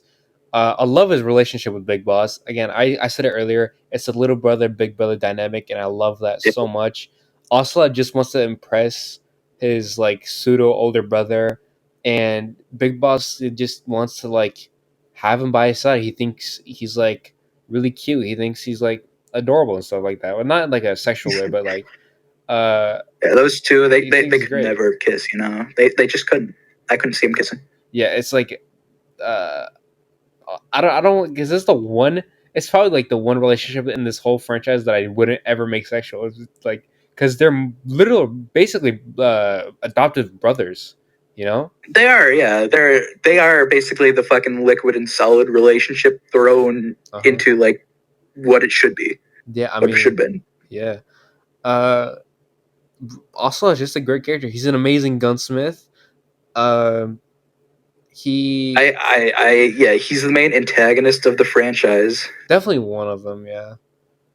I like he because the entire franchise is about Big Boss's ideology that he takes from the boss. It's about the boss's ideology and how that splits off with many different people. If we're being And the technical, two versions, the two interpretations of our ideology that we focus on the most are liquids and I mean not liquids, ocelots and snakes. if we're being technical, the series as a whole, I'd say, is about uh can be summed up as like sins of the father. You know, it's really Yeah, about it's really about the older generation passing down things to the younger generation. Naked Snake to Solid Snake, and his other sons. Fucking like I'm trying to like think of other things. Naked and Venom Snake, like how he's changed him. Like Major Zero to the New World and all that. Again, what was his name? The Sorrow and Revolver Ocelot slash the boss and Revolver Ocelot. yeah, Psycho Mantis's dad and his relationship. You know, Kazuhira's dad and his relationship, and you know, Eva and Solid, of course. I yeah. don't, yeah, Yeah, yeah. yeah. I agree. Hmm. So yeah, Also, S tier character, I'm pretty sure Kojima my stated, personal favorite. I'm pretty sure Kojima stated that the series is about like his issues with like his dad or some shit like that. Like it's about his relationship with his dad. Because I mean, you literally fucking murder your dad in the original game. So, Yeah, you know, again, maybe it's my own issues with like parental stuff. Uh, that's making me kind of like take it this certain way. But overall, I think that's a definitely one of the bigger lessons and like themes in the series. which is like what makes every single game unique. Like if you followed along from MGS3 to Rising, the story ends like perfectly with Rising because Raiden finally puts an end to that fucking cycle. Of course, yeah. Uh, anyways, let's move on. That got deeper than I thought it would. Next up is fucking Richard Ames. Honestly, irrelevant because I forgot what he does. Irrelevant, yeah. Next up is Oh, Rose. next up is Raiden's bitch wife. Yeah. Did he marry Roy She Campbell? fucking, she fucking instead of like she wanted to protect Raiden, right? Yeah. Instead of saying, I need to go undercover, I'm going to pretend to date Campbell, but I still love you. This is our son. She fucking goes out of her way to hide everything and just make Raiden's life worse. Like, I'm pretty sure canonically Raiden became a fucking drinker after that. Oh yeah. Or no, sorry, Like, the right in. poor, Oh yeah, after MGS2, yeah, he kind of just started drinking and shit. I think. yeah, Raiden's fucking life went downhill because of her Uh-huh. and Campbell. Yeah, it's like in their attempts to help Raiden be safer and all that, they ended up making his life worse because he thinks that the love of his life is fucking like left him to marry some older dickhead that he thought he had a good relationship with. Like Yeah. it's really fucked up. Speaking of Roy Campbell, he's next on the list. Roy Campbell soup. He's such a fucking dick. Every single game he appears in, he's just a dick to. He just fucks up somebody. Yeah. he is definitely an antagonist of the franchise, but one that for some reason Snake keeps on running back to. Yeah, I mean, actually, no, I think it's more him running to Snake. He's a fun character, though. I like him. He's a good character. I would say C tier. He's helpful. I have to put him at B, right? He's helpful. He gets the story moving along, but like he's such a dick. Yeah. Like he'll put on this big old grandfatherly persona, and then like somehow fuck over Snake or Raiden. Yeah. And like I know that in Metal Gear Solid 2, the version of Campbell you talk to isn't actually him; it's the AI. But you know, I feel like that's got to be like some sort of weird offshoot of him. So I'm counting the AI's action with Campbell. Mm-hmm. Next up is Running Man.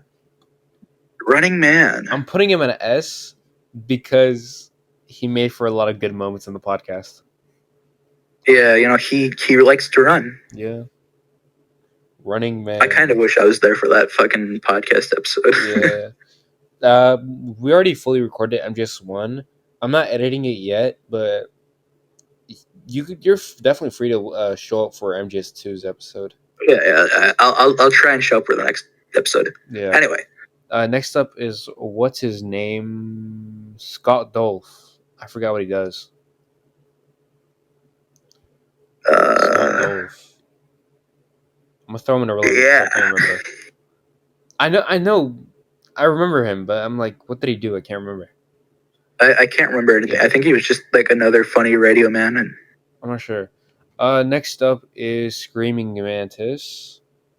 Again, to follow the trend, I'd say high F tier just because she was, in my opinion, the most interesting of the women. But she's still like F tier because she's literally a rehash of Psycho Mantis. Yeah.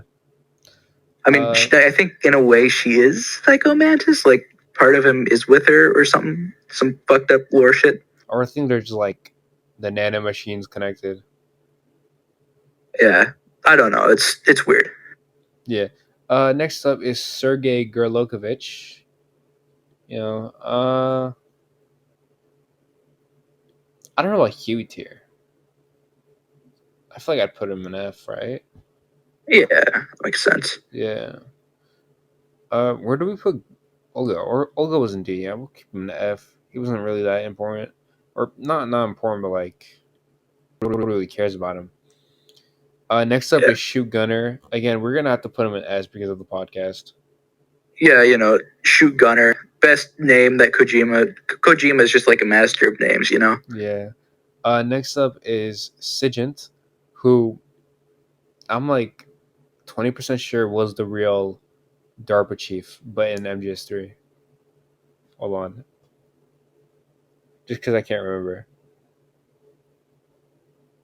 Am I right about that? I don't remember. Yeah, Donald Anderson.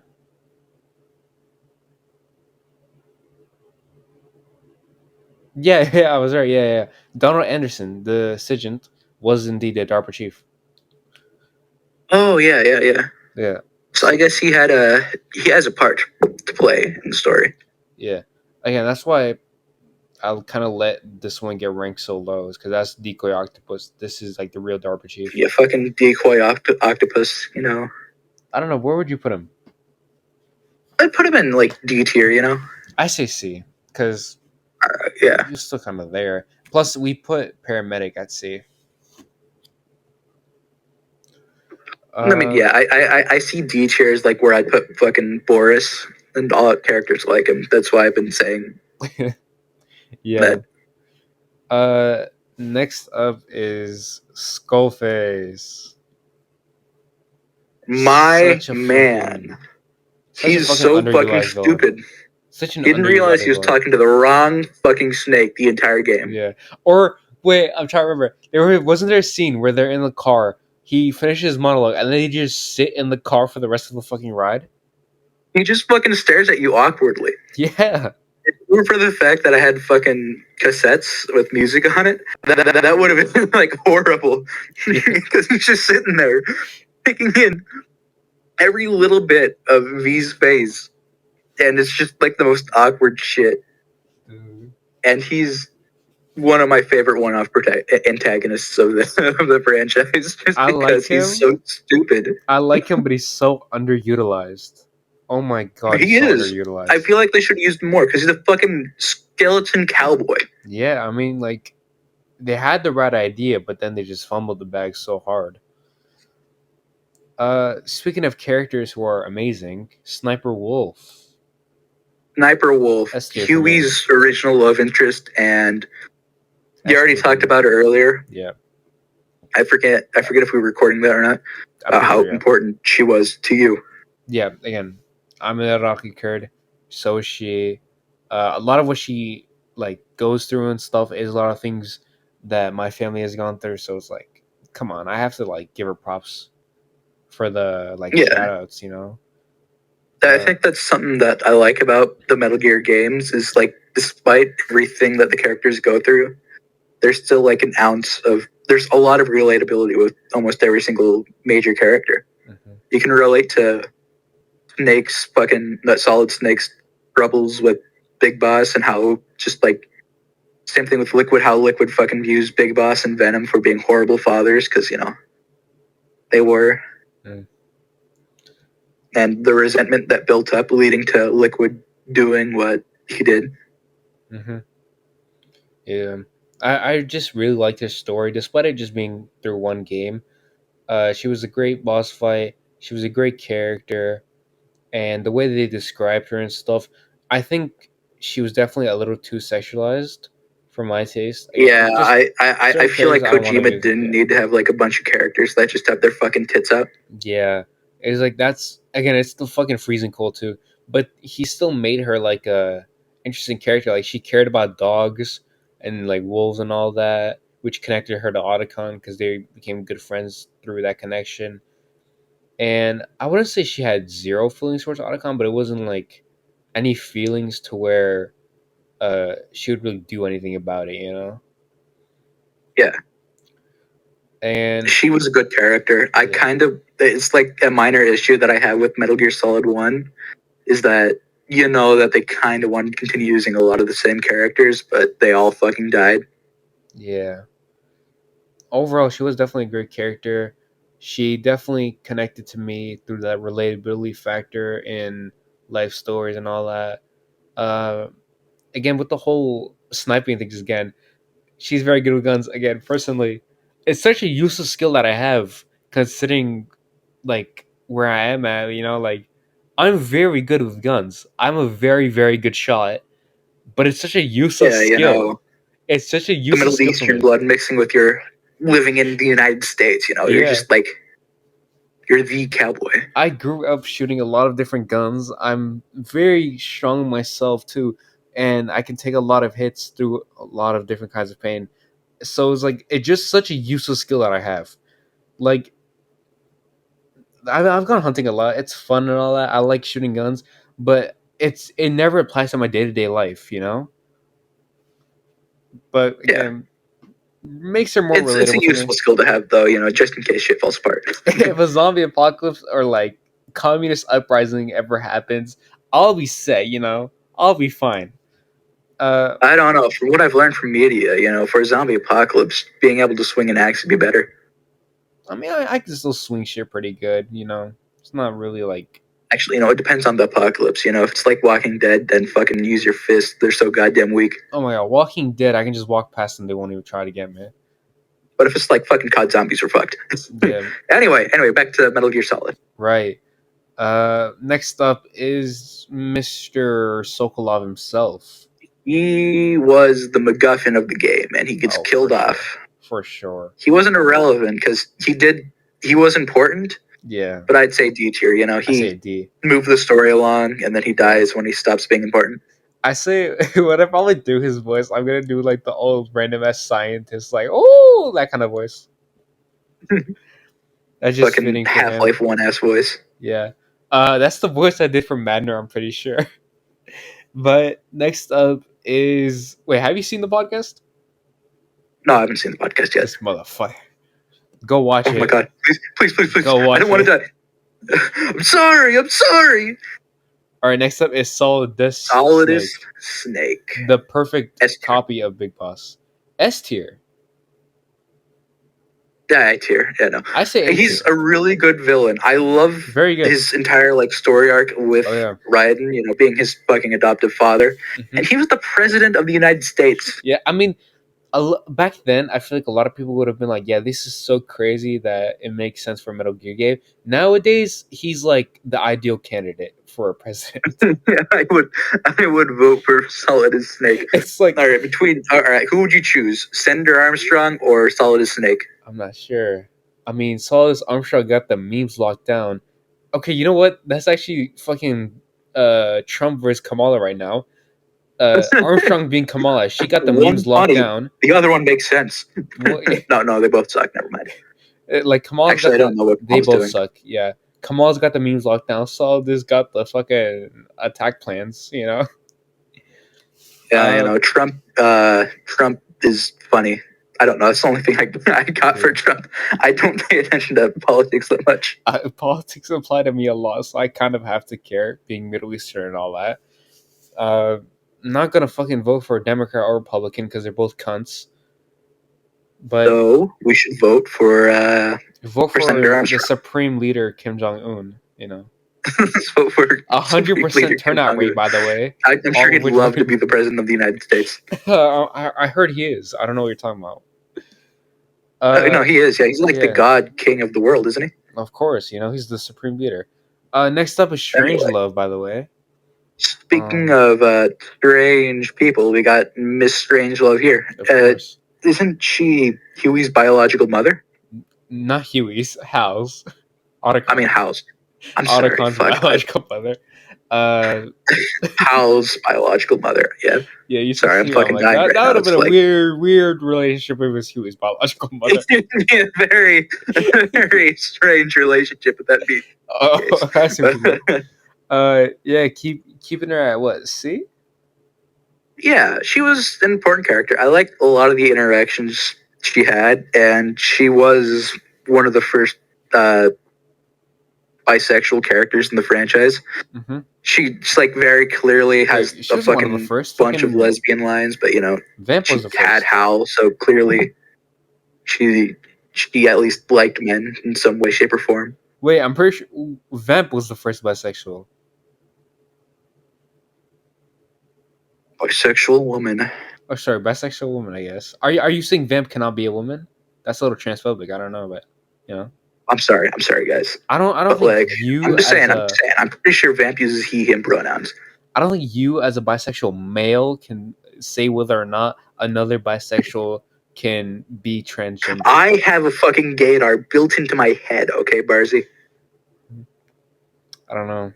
You see, for me, like my dick points me in the direction of other gay men. It's like a compass. It's like a compass that always points north.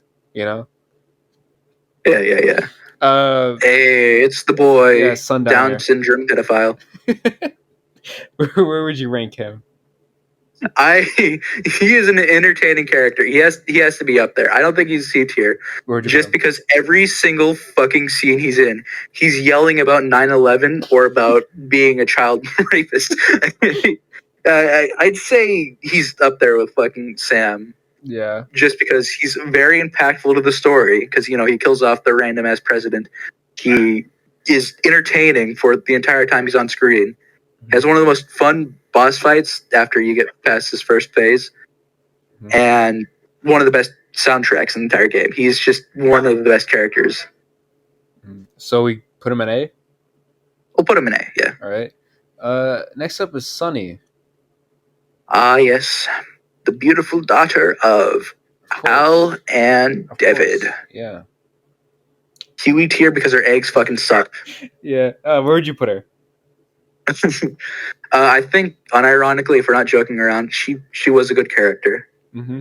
I like her more as an idea. She's just like a little girl in MGS4. Yeah. A really smart one. Yeah. And she does pop up for like 2 seconds in Metal Gear Rising. So I'd say with Boris. With Boris. I'd also put her there. Shit. Next up is the end. I mean, A tier, right? Yeah, it's the funny old man, right? Yeah, great character too. He's a good character. Amazing boss fight. Everybody knows about wait 7 days in real life and he dies in the game. It's great. Did you know that the original plan was that you'd have to wait 3 full weeks of real time before like you could beat him? That's That 3 full sounds like weeks of something real Kojima time. would do. The full fucking 3 weeks time to beat him. I have to give props to whoever talked Kojima down from doing that because I feel like that would just be way too long.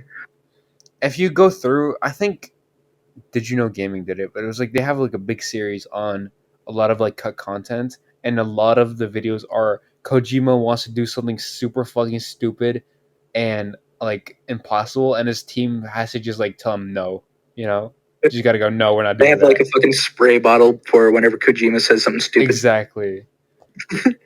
You see, like if you let Kojima do what he wants, you get Death Stranding. I like Death Stranding. It was good.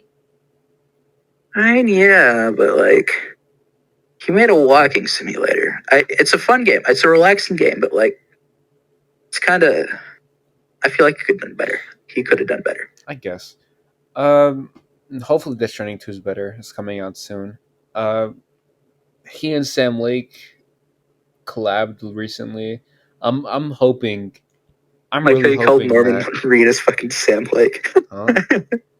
Dude, when I woke up and I like went on Instagram and out of nowhere I see fucking Sam Lake and fucking Hideo Kojima in a picture together, I actually lost my shit, bro. Because already Hideo Kojima's in my top 3 like game devs, and the Sam Lake is probably like my favorite out right now, maybe. Oh yeah, no, fuck. All of Remedy is like one of the best studios too. Yeah. Anyway, who's that next guy? I can't really tell. Oh, that's one of the MGS3 guys. That is the Fear. Is it? Oh yeah, funny frogman. Yeah. He was a funny frogman. I don't know. I put him in C. Yeah, that seems fair. I think with the rest of the MGS3 villains, you put him in C. Next up is the Fury. He was a good antagonist. I'm gonna be honest. So I've beaten all of MGS3 pacifistly, and all the boss fights too. But the Fury was so fucking annoying to do pacifist. I feel like he's the least interesting of all the MGS3 boss fights too, because he's just a fucking guy. He's literally an off-rip of like the off-rip version of Firefly from DC. He's an astronaut, and he likes flamethrower. He likes fire, and like he has a flamethrower. He is indeed the off-rip version of Firefly. All in all, Pyro TF2. I don't know. I feel like he should go in D tier just because he's like the least interesting of the MGS3 bad guys. I see that, but it was still a good boss fight. I mean, yeah, but he's still like kind of not that interesting. I don't know. You can have good gameplay, and still suck. Yeah. Just like ask modern Call of Duty. That's debatable. 2019, the story was ass, I guess, but the gameplay was pretty good. Black Ops Cold War was pretty good. You can have good gameplay but still suck. Yeah, I mean, I don't know, but Black Ops Cold War was, 2020? That had a good story and good gameplay. Cold War, I think, in my personal opinion, we'll put that right here in the middle of the Metal Gear list. I think Cold War was the best of the modern CODs, without a doubt. But I feel like the one that had the best multiplayer was Modern Warfare 3. Modern Warfare 3? Modern Warfare 2023. I feel like that had the best multiplayer because it took Modern Warfare 22's multiplayer and just like improved upon it in every single way it could have. I get what you're saying, but the game's ass. The game is ass. I fucking hate its zombies mode. Its campaign sucks, but its multiplayer is pretty good. I wouldn't say it's. That's it. I'm gonna disagree though. I'm not gonna say it's good, but I feel like it's just the best compared to like our current selections of how many players are playing what. I'm comparing it to like fucking Vanguard, Cold War, and 2019. I don't know. Cold War was definitely much better. I'm gonna disagree with that. I feel like Cold War was better with zombies and its campaign for sure.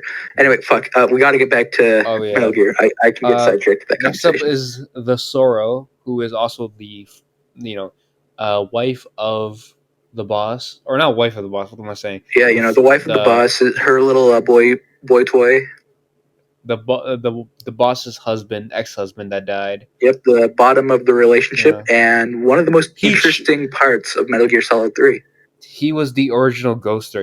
He ghosted his wife so hard that he died and was literally He a ghosted his ghost. wife so hard that he died. Yeah, and Uh, his fucking boss fight, quote unquote, is really interesting. I feel like he has to be at least in B tier because it wasn't even a boss fight. No, he no, no, does a no. lot for the franchise. It Just was like very. with It was like how many people you killed throughout the story. That's who blocks your path. All you have to do is get past them, and then at the end, if you touch him, you die. But then you have to like go into the menu and click the thing. But if you don't click it and you just press continue, you have to fucking restart the whole boss fight again, and that shit is so annoying. yeah, so it's an interesting concept for a boss fight though, and I like the story implications of it Yeah, because that's Big Boss walking through his corpses, the fucking souls of every single yeah. man he's killed. That's why to this day, whenever I play the game, I try to go for like not that many kills. I just like knock people out and then dip. Um, so whenever I play, it's usually just a really easy fight. It's not even a fight. It's Yeah, just like I a think giant welcome it section. also kind of leads into like a minor issue I have with the Metal Gear games, and it's that even though you can beat most of them, I'm pretty sure all of them you can beat pacifist, except for Rising, obviously. They still have like a part of the game that's like, hey, you're a piece of shit. Look at all the people you've killed. Yeah. Shithead. Next up is Vamp. The Who? man, the myth, the bisexual. Fun fact: Who his happens to name be a Vamp. vampire. His name Vamp does He not come from is the fact that he's a vampire. It comes from the fact that he's bisexual. Yeah, he just happens to be a vampire. His name's Vamp because he's bisexual, and he's S tier. S tier. Or A tier. I say He's A a good tier. character. I love him. I like the interactions he has with the Raiden, and how he just fucking pops up in MGS4 randomly. Yeah. Or he's just naps. Yeah, and he has like gay sex with the Raiden before leaving again. Yeah. That's probably in the Hideo Kojima extended cut that never released. You know, I Released the Kojima cut. speaking of in the MGS3 remake, I'm hoping for the like dick grab scene between I'm Naked pretty Snake sure and it will Vulcan. because I'm pretty sure MGS3 is just gonna be Oh yeah, like a fucking because they're too one for one scared. They're remake. too scared to divulge the path. They're like, we got to do everything proper. They're too scared to stray anywhere past what Kojima thought was good back then. And of course, if they do it again, we're gonna get a whole new audience of what the fuck is this, and we're all gonna love it again. I genuinely hope that Vulgan's fucking dick grab scene is back. If it's Yeah. not, we're rioting and we're destroying Konami. Oh, for sure, for sure. The game still doesn't have a fucking release date, by the way. That's not good because it's coming out this year. Yeah. I hear it's probably going to be pushed to 2025, which, if it is, I'm still fine with that. Anyway, Vulgan as a character, I know you have a lot to say about him. Yeah, I got a lot. So go ahead first. All right, for me, I mean, first off, he's a fucking amazing antagonist in MGS3. The best, objectively, Also, the I most mean, I'm not evil counting Ocelot because antagonist in the whole Ocelot is series. like the antagonist of the franchise. But like, he is one of the most entertaining fucking antagonists. He has lightning powers, and then he fucking pops up in MGS5, says nothing, and just tries to kill you, and that's just awesome. Yeah. Again, he's definitely the most evil antagonist in the whole series. I mean, Metal Gear One, I guess you could say. I mean, Venom Snake did end up becoming like a terrorist, which is why Big Boss had to put him down. But like, you know, Pretty sure Big Boss was also a terrorist. that's the thing though, right? A lot of people like say, oh, these people are terrorists. Like, you wouldn't say the like founding fathers were terrorists now, would you? Like, were they Yeah, terrorists? In your opinion, were the founding fathers of America terrorists? Okay, I mean, if we're going from Britain's perspective, those fuckers walked in and said, "You know what? Fuck you," and started killing a bunch of soldiers because they didn't want to pay couple taxes. So, like, exactly. I mean, you could make the argument that the founding fathers were terrorists. From status quo onward, you will say that they're terrorists. But like realistically, I would say that the founding fathers were terrorists. They're not terrorists. They're freedom fighters. I would also say America's awesome, and you know the fact that we started from a country of terrorists proves that we're the best. Mm-hmm. Again, it's right now. Would you say the fucking innocent Palestinian children that are being killed are terrorists? And I don't know fucking shit about Palestine. I don't know what's going on there. I'm gonna just agree with you that they're not. Okay. I haven't looked into that because I just don't want to look into what's going on over there. It's such a fucking shit mindset, but I'm gonna move past it. I know it's a shit mindset. Going back to Vulcan, it just goes back to something fucking like, since we're talking about founding fathers, George Washington said that you should just stay out of European politics, and I feel like that extends to the rest of the world. Just try and stay out of it. That's why I haven't been looking into the fucking Russian stuff. Bro, I don't know. That's why I haven't been looking into. I haven't been looking into any fucking wars. In fact, I've barely been paying attention to our own politics. I'm kind of interested in UK politics right now. Dude, I don't know why. I think it was because I watched a fucking video about Brexit like a few years back, and then this shit just keeps popping up on like all my pages. I'm like, I'm just gonna watch it because why not? You're getting fucking harassed by the British. Like, okay, like British people always complain about American politics getting like thrown in their faces, but I'm seeing more British politics and like UK politics and all that more than I'm seeing American politics now. Yeah, I'm just like not paying attention to any politics. I just don't feel like it. Fucking Nigel Farage on Cameo talking about fucking Skibbity and shit like that. I fucking love it when politicians get cameos that say the stupidest shit. Dude, or when he fucking, or like you see fucking Chris Hansen say, "What's up, my Skibbity gamers? I hear that this Ava Chris Tyson has been touching little kids." Yeah. I think that's a no-go. Back to Vulcan. I said it earlier.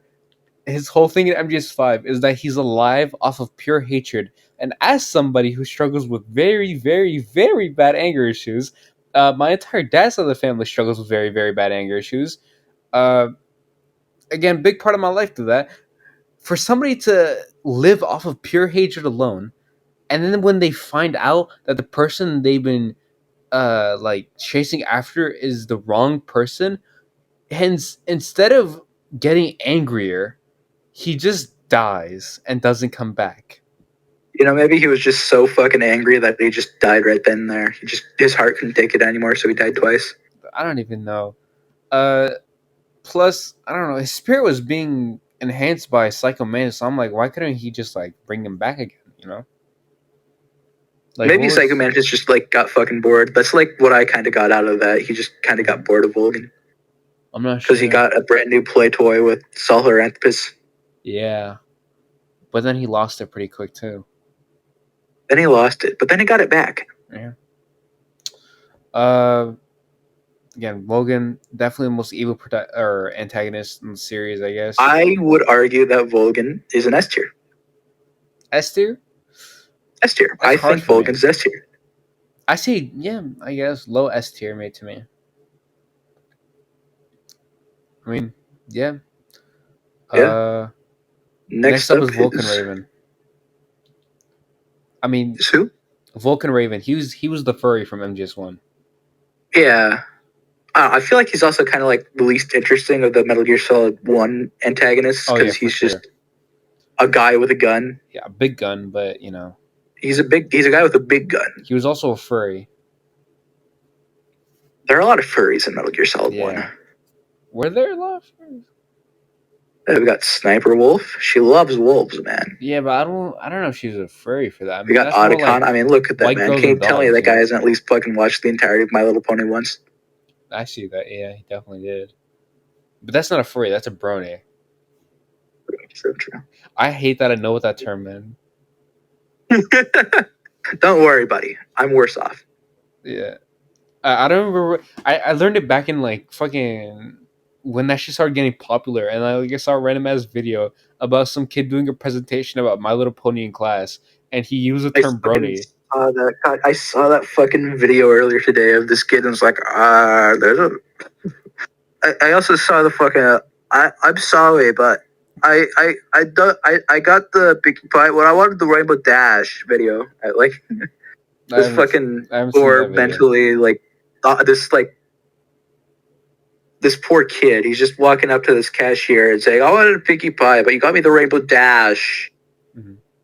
And you can see the pain in the cashier's eye when that kid's fucking begging for a My Little Pony toy. To be fair, all I said cashiers have kid, a but it was pain a in their 30-year-old eyes. man. Yeah. Is the brony movement still strong? I don't know.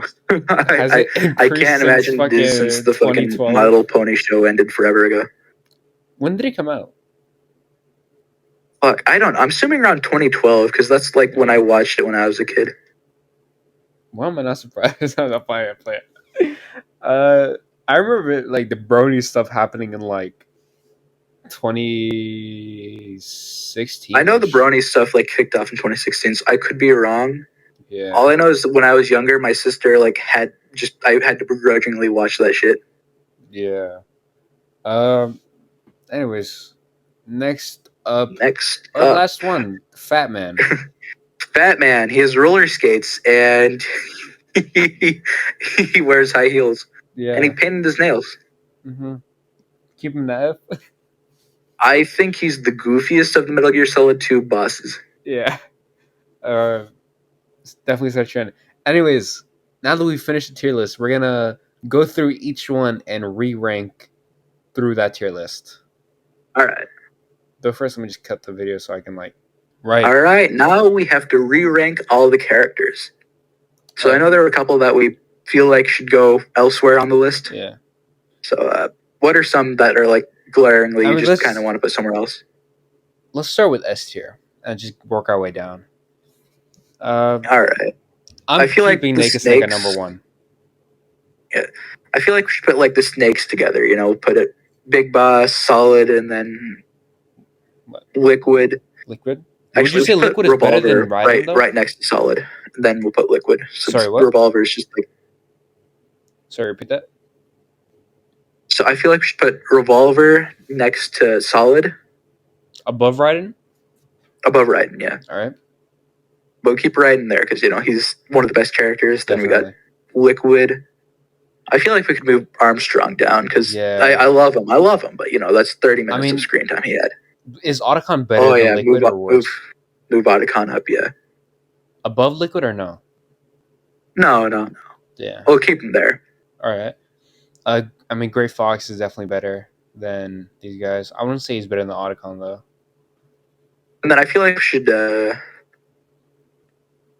put like the joking type characters near the bottom vest. Down to the bottom, yeah. Yeah. Now the question is, where would we put? I say Sniper Wolf is better than Armstrong. Sniper Wolf. There we go. I feel like S tier is pretty good right there. Vulcan's definitely better than Armstrong. Yeah. All right, 8th gear. Let's see what we got. Venom at number 1. I think we should probably keep Venom at number 1. Venom should be number 1. Like, he's just barely not S tier, but I feel like he is still one of the most interesting characters. He's the character I relate to the most. Yeah, do you want to go into detail through that? I relate to him because I also lost my eye in an explosion, and I had to sit through a 9-year coma where I woke up a completely different man. I'm not actually Philip Kaufman. He's playing fucking Dead by Daylight with Cassie and Lucas right now. I'm just the body double sitting here recording this video for you. Wait, did Venom Snake lose his eye in the explosion, or did the doctor just cut it out so that he looks more like Big Boss? I wouldn't be surprised if his eyes were just fine. He just got it fucking cut out. Those are fine. It's like that the doctor just fucking cut him out, Yeah, I feel like that's one of the more fucked up parts because the entire concept of Venom Snake to me is just fucked up. Oh yeah, because it's not like Venom walked up to Big Boss and said, "Can I be your body double? I will be your body double gladly." No, he was just knocked out, and because he just happened to be there, Big Boss looked over and said, "You know what? Let's make that guy my body double. I'm sure he won't mind." And then as soon as he becomes fucking Big Boss's body double, his life goes to shit. Yeah.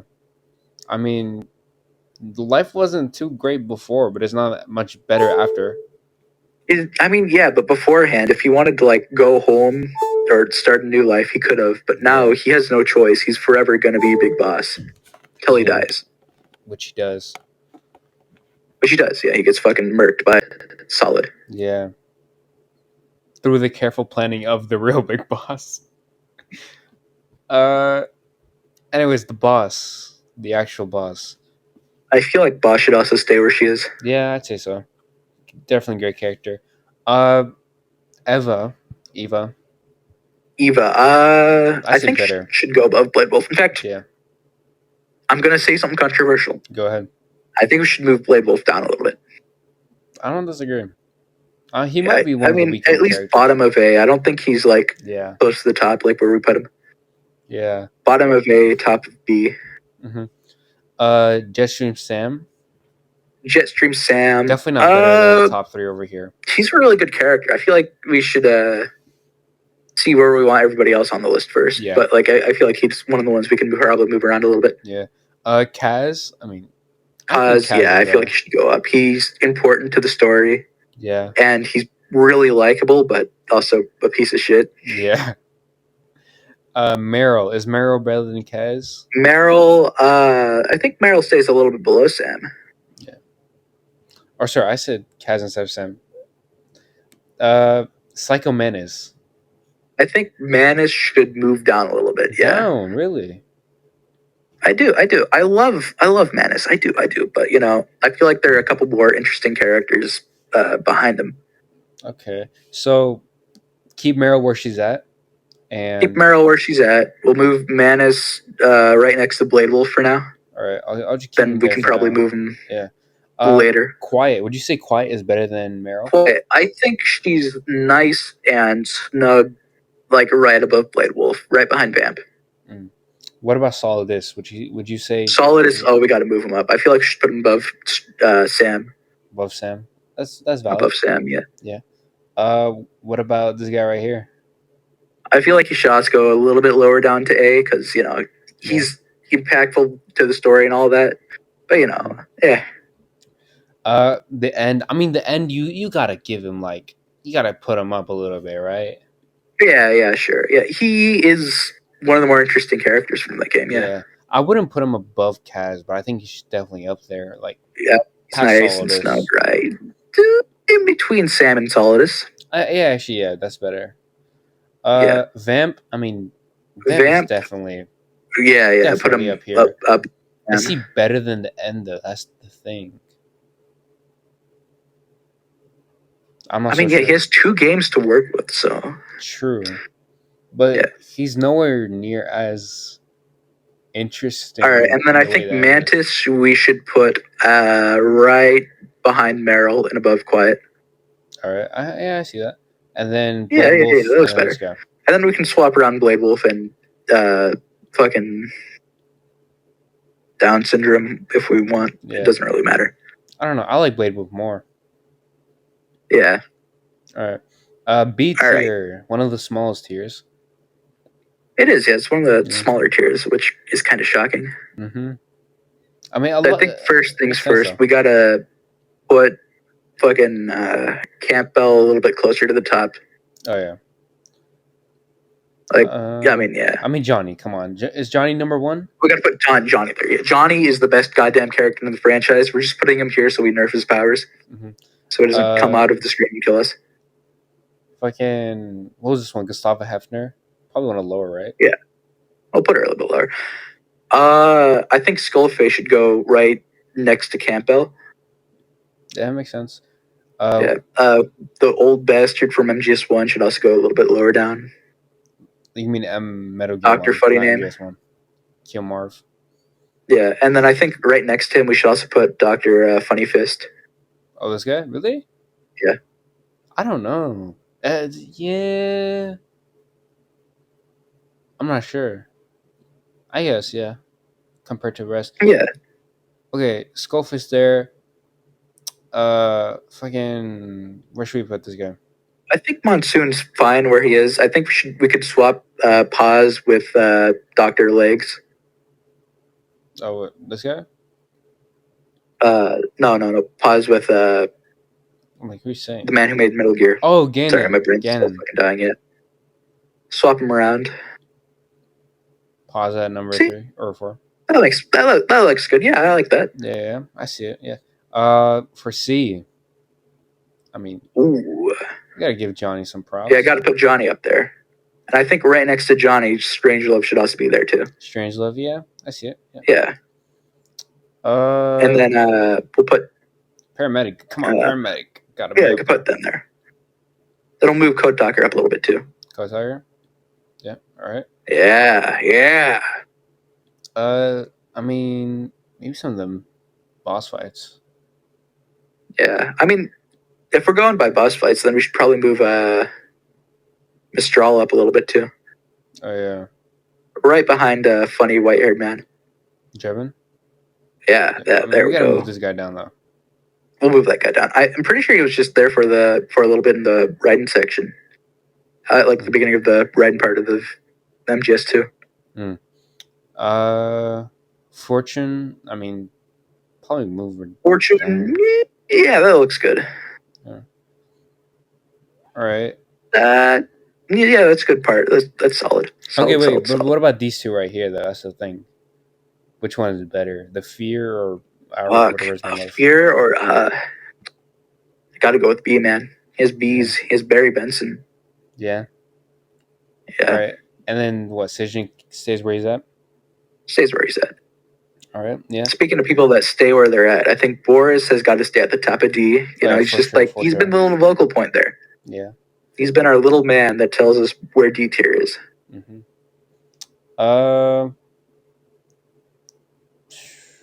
I mean, Emma got to be number 2, right? Yeah, Emma. I feel like the only people who really have to move around is the Raiden wannabe. Mm.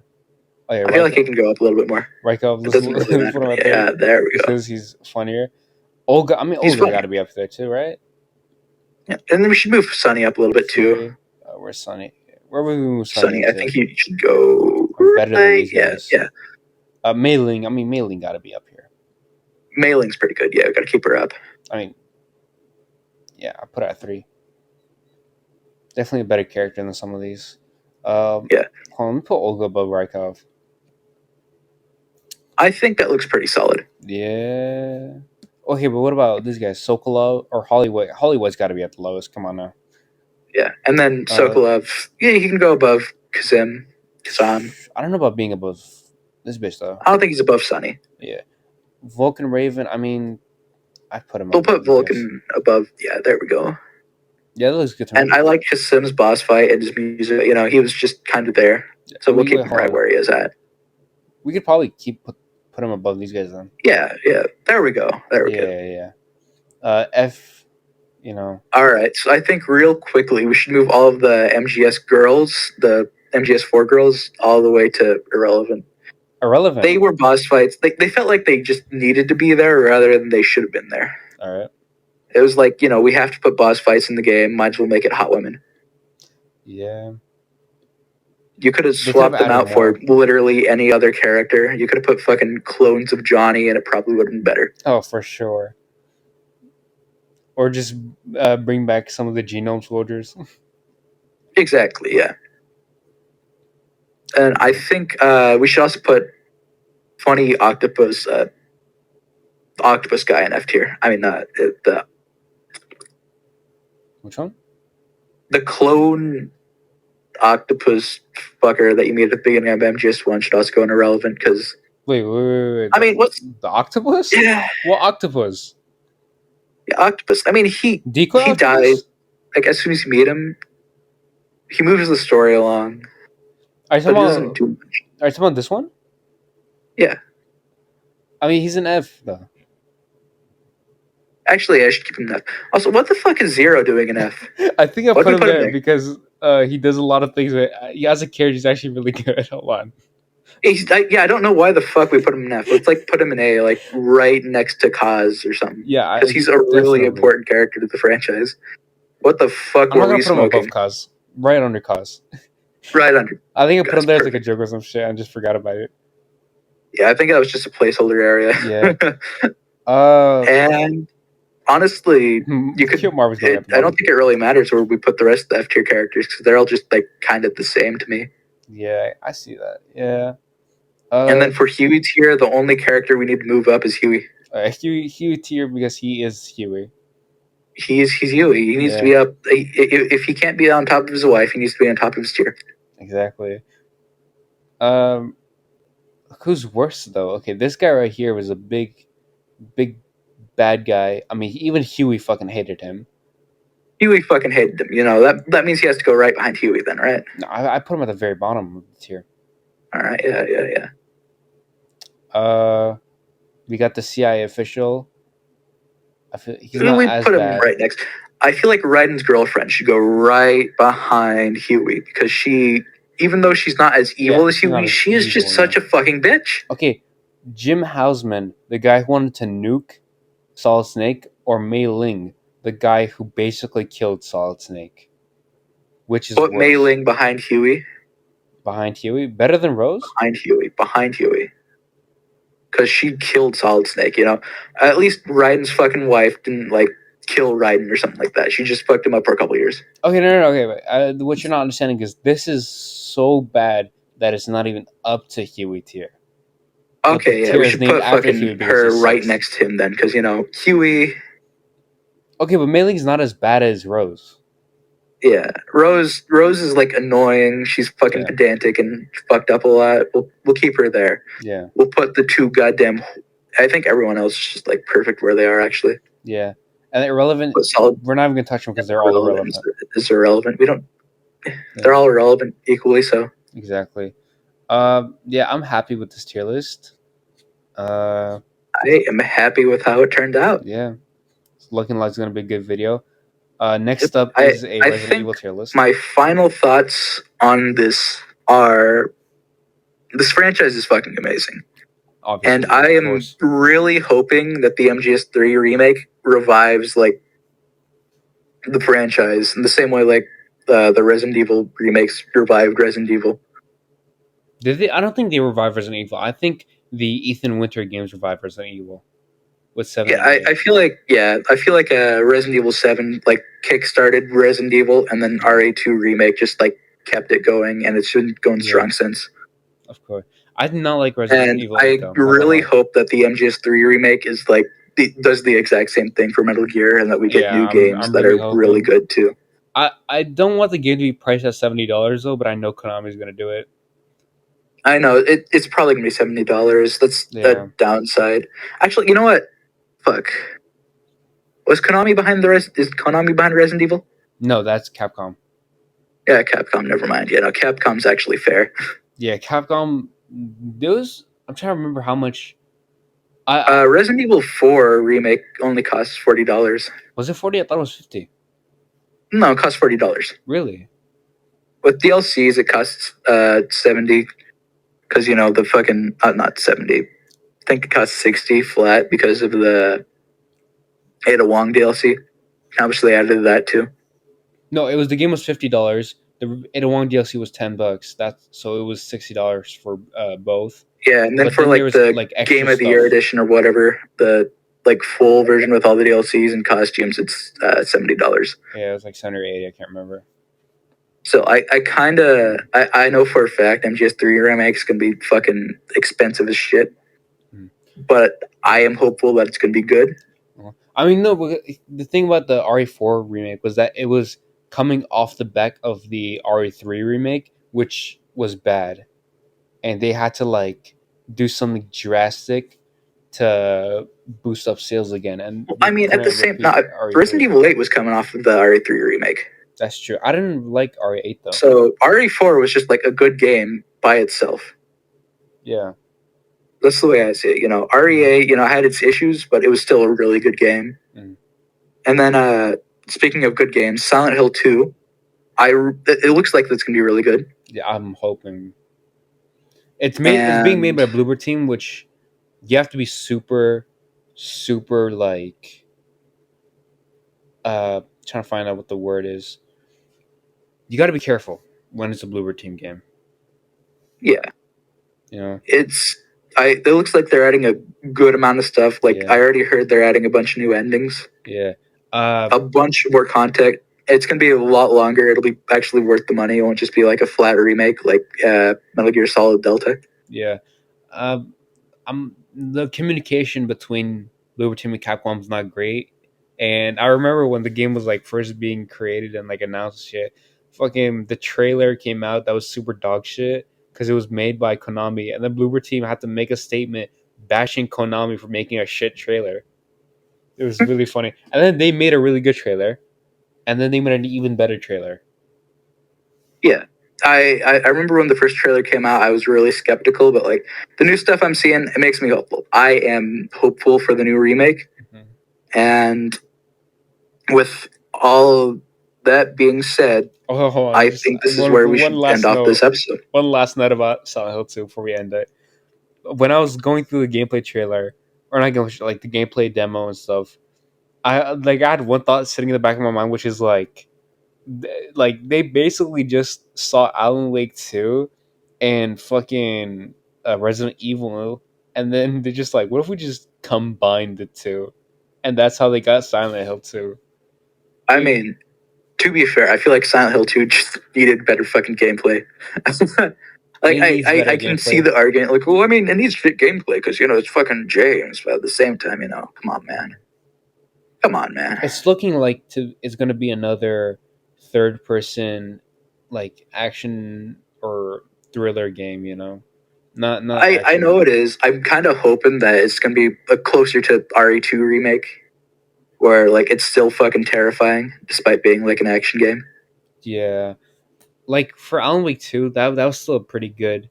Like it has some good scares in it. I enjoyed that one a lot for what it had to offer, despite being an action survival, like horror survival game.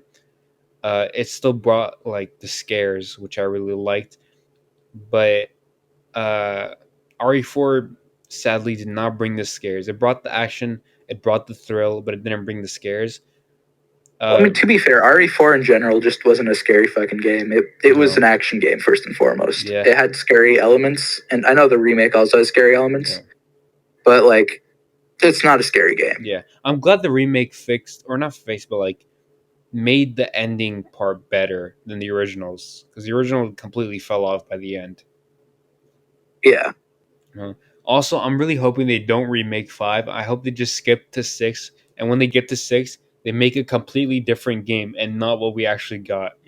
Fuck you. I hope they remake 5. 5 is so fucking fun to play through with a friend. Okay, with the friend is different than like genuinely. If I'm going off a fun factor, it has a lot of just dumb fun. It is a dumb fun game, and I really want that remade with like modern combat because it would go perfectly. It would go fucking perfectly.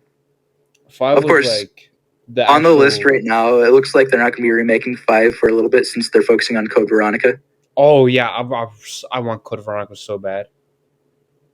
Yeah, but like so I do want an RE5 remake. I feel like that'd be really fun because my only issue is like playing through RE5 now is the gameplay is outdated because it's fucking RE5. Yeah, it's just RE4 but with OG RE4 was great with Chris Redfield. Yeah. I'm excited for Code Veronica. I didn't even know they were remaking it. I didn't hear anything about it. It's just like leaks for now, but I'm sure it'll be announced officially. I don't know what their next project is. I'm kind of hoping it's Resident Evil 9 and not a remake. Oh, yeah. No, they're definitely making RE9. I know that. Yeah, they gotta be. Yeah. I kind of want to see what they'll do with that because I know they were gonna try and bring back Ada Wong and RE8, and I like what they did with Chris Redfield in RE8 too. I like that. Yeah. What's it called? Indiana Jones and the Great Circle's coming out in December. I'm pretty sure that looks really good. It does, yeah. It's made by Bethesda, but I think it's like one of the offshoot companies. Oh no, it's like Machine Games, the guys who made Wolfenstein. Oh yeah, it's Machine Games, so it's got to be fucking good. Yeah. I mean, you're killing Nazis. It's first person, so it's already got the best parts of Machine Games. Yeah, it's a first person game where you kill Nazis. Yeah. It's looking really good. There was an IGN review that praised it really heavily, and I don't know why, but that review, just because it's from fucking IGN, is making me less optimistic about the game. It's fucking IGN. You just can't be sure with them. For real, bro. Plus, it's the same guy who kind of like glazed Microsoft a little bit too much when it was bad, you know. So Yeah. it's not looking too good. The gameplay looks very good though, so it might be like some ultra glaze for just a pretty good game, you know. Uh, what other games are coming out? Fuck. Assassin's I Creed can't really Shadows. think. Black Ops 6. I know Black Yeah, Ops 6 is coming out. Black Ops 6 coming out. It's looking pretty I was good. A super lot of people are hating. skeptical. I was worried, but like, seeing the new fucking gameplay trailer and the fucking cutscenes for both of the zombie maps, because there's gonna be two of them Oh on yeah, there launch. was Two like a zombie maps little on launch. demo for the zombies. Two round-based zombie maps that are gonna be on launch. I'm Mm-hmm. pumped. Yeah. A little skeptical about the Omni movement because I feel like that's just gonna be a repeat of Modern Warfare 2019. Okay, well here's the thing about that, right? So through every Black Ops or not Black Ops, just Call of Duty in general, what they've done is they're trying to add something. You know, there has to be something different. But the problem is they've lacked so much that when something really new is added, people are gonna go straight to complaining, saying that this is just raising the skill level to a point that's impossible. And it's, in the end, like you're just ass at the game. You're just not a good player. You've been begging for a difference, and once you finally get something different in the game, you complain. Yeah, so I don't know. I guess we'll see. I feel like the Omni move is gonna be really fucking fun during zombies and the campaign. For sure. I'm a little bit worried about the multiplayer, but it looks fucking solid, so I'm sure I'm gonna play the shit out of it. Yeah, I'm not And gonna like order off launch or anything like that. I'm just gonna wait until like maybe the first day or week to see what the reviews are like. If people like it enough, I'll get it. If the reviews are like MW3s or even twos, it's like I'm just gonna stay away. You know. yeah, like I'm gonna. I mean, you guys. I mean, MW2 came out and everybody fucking loved that though. I don't know. My circles, people did not like it. I remember like the first thing I heard about it when Modern Warfare 22 launched. It was like, this is the best thing that Call of Duty has done. Its multiplayer is solid. Its campaign, its characters are really good, but the story kind of sucks. And its Spec Ops is still fucking impossible. Best game that fucking Activision's made in forever. Mm, And then the dust settles and they're like, no, this kind of sucks. yeah, but So I don't know. I'll have Game Pass. I have Game Pass, so I'll fucking play it first day because I have Game Pass. yeah. One So thing I'll I'm relay to you guys if it's good or not. yeah, one thing I'm excited for or sort of like skeptically optimistic about is Assassin's Creed Shadows.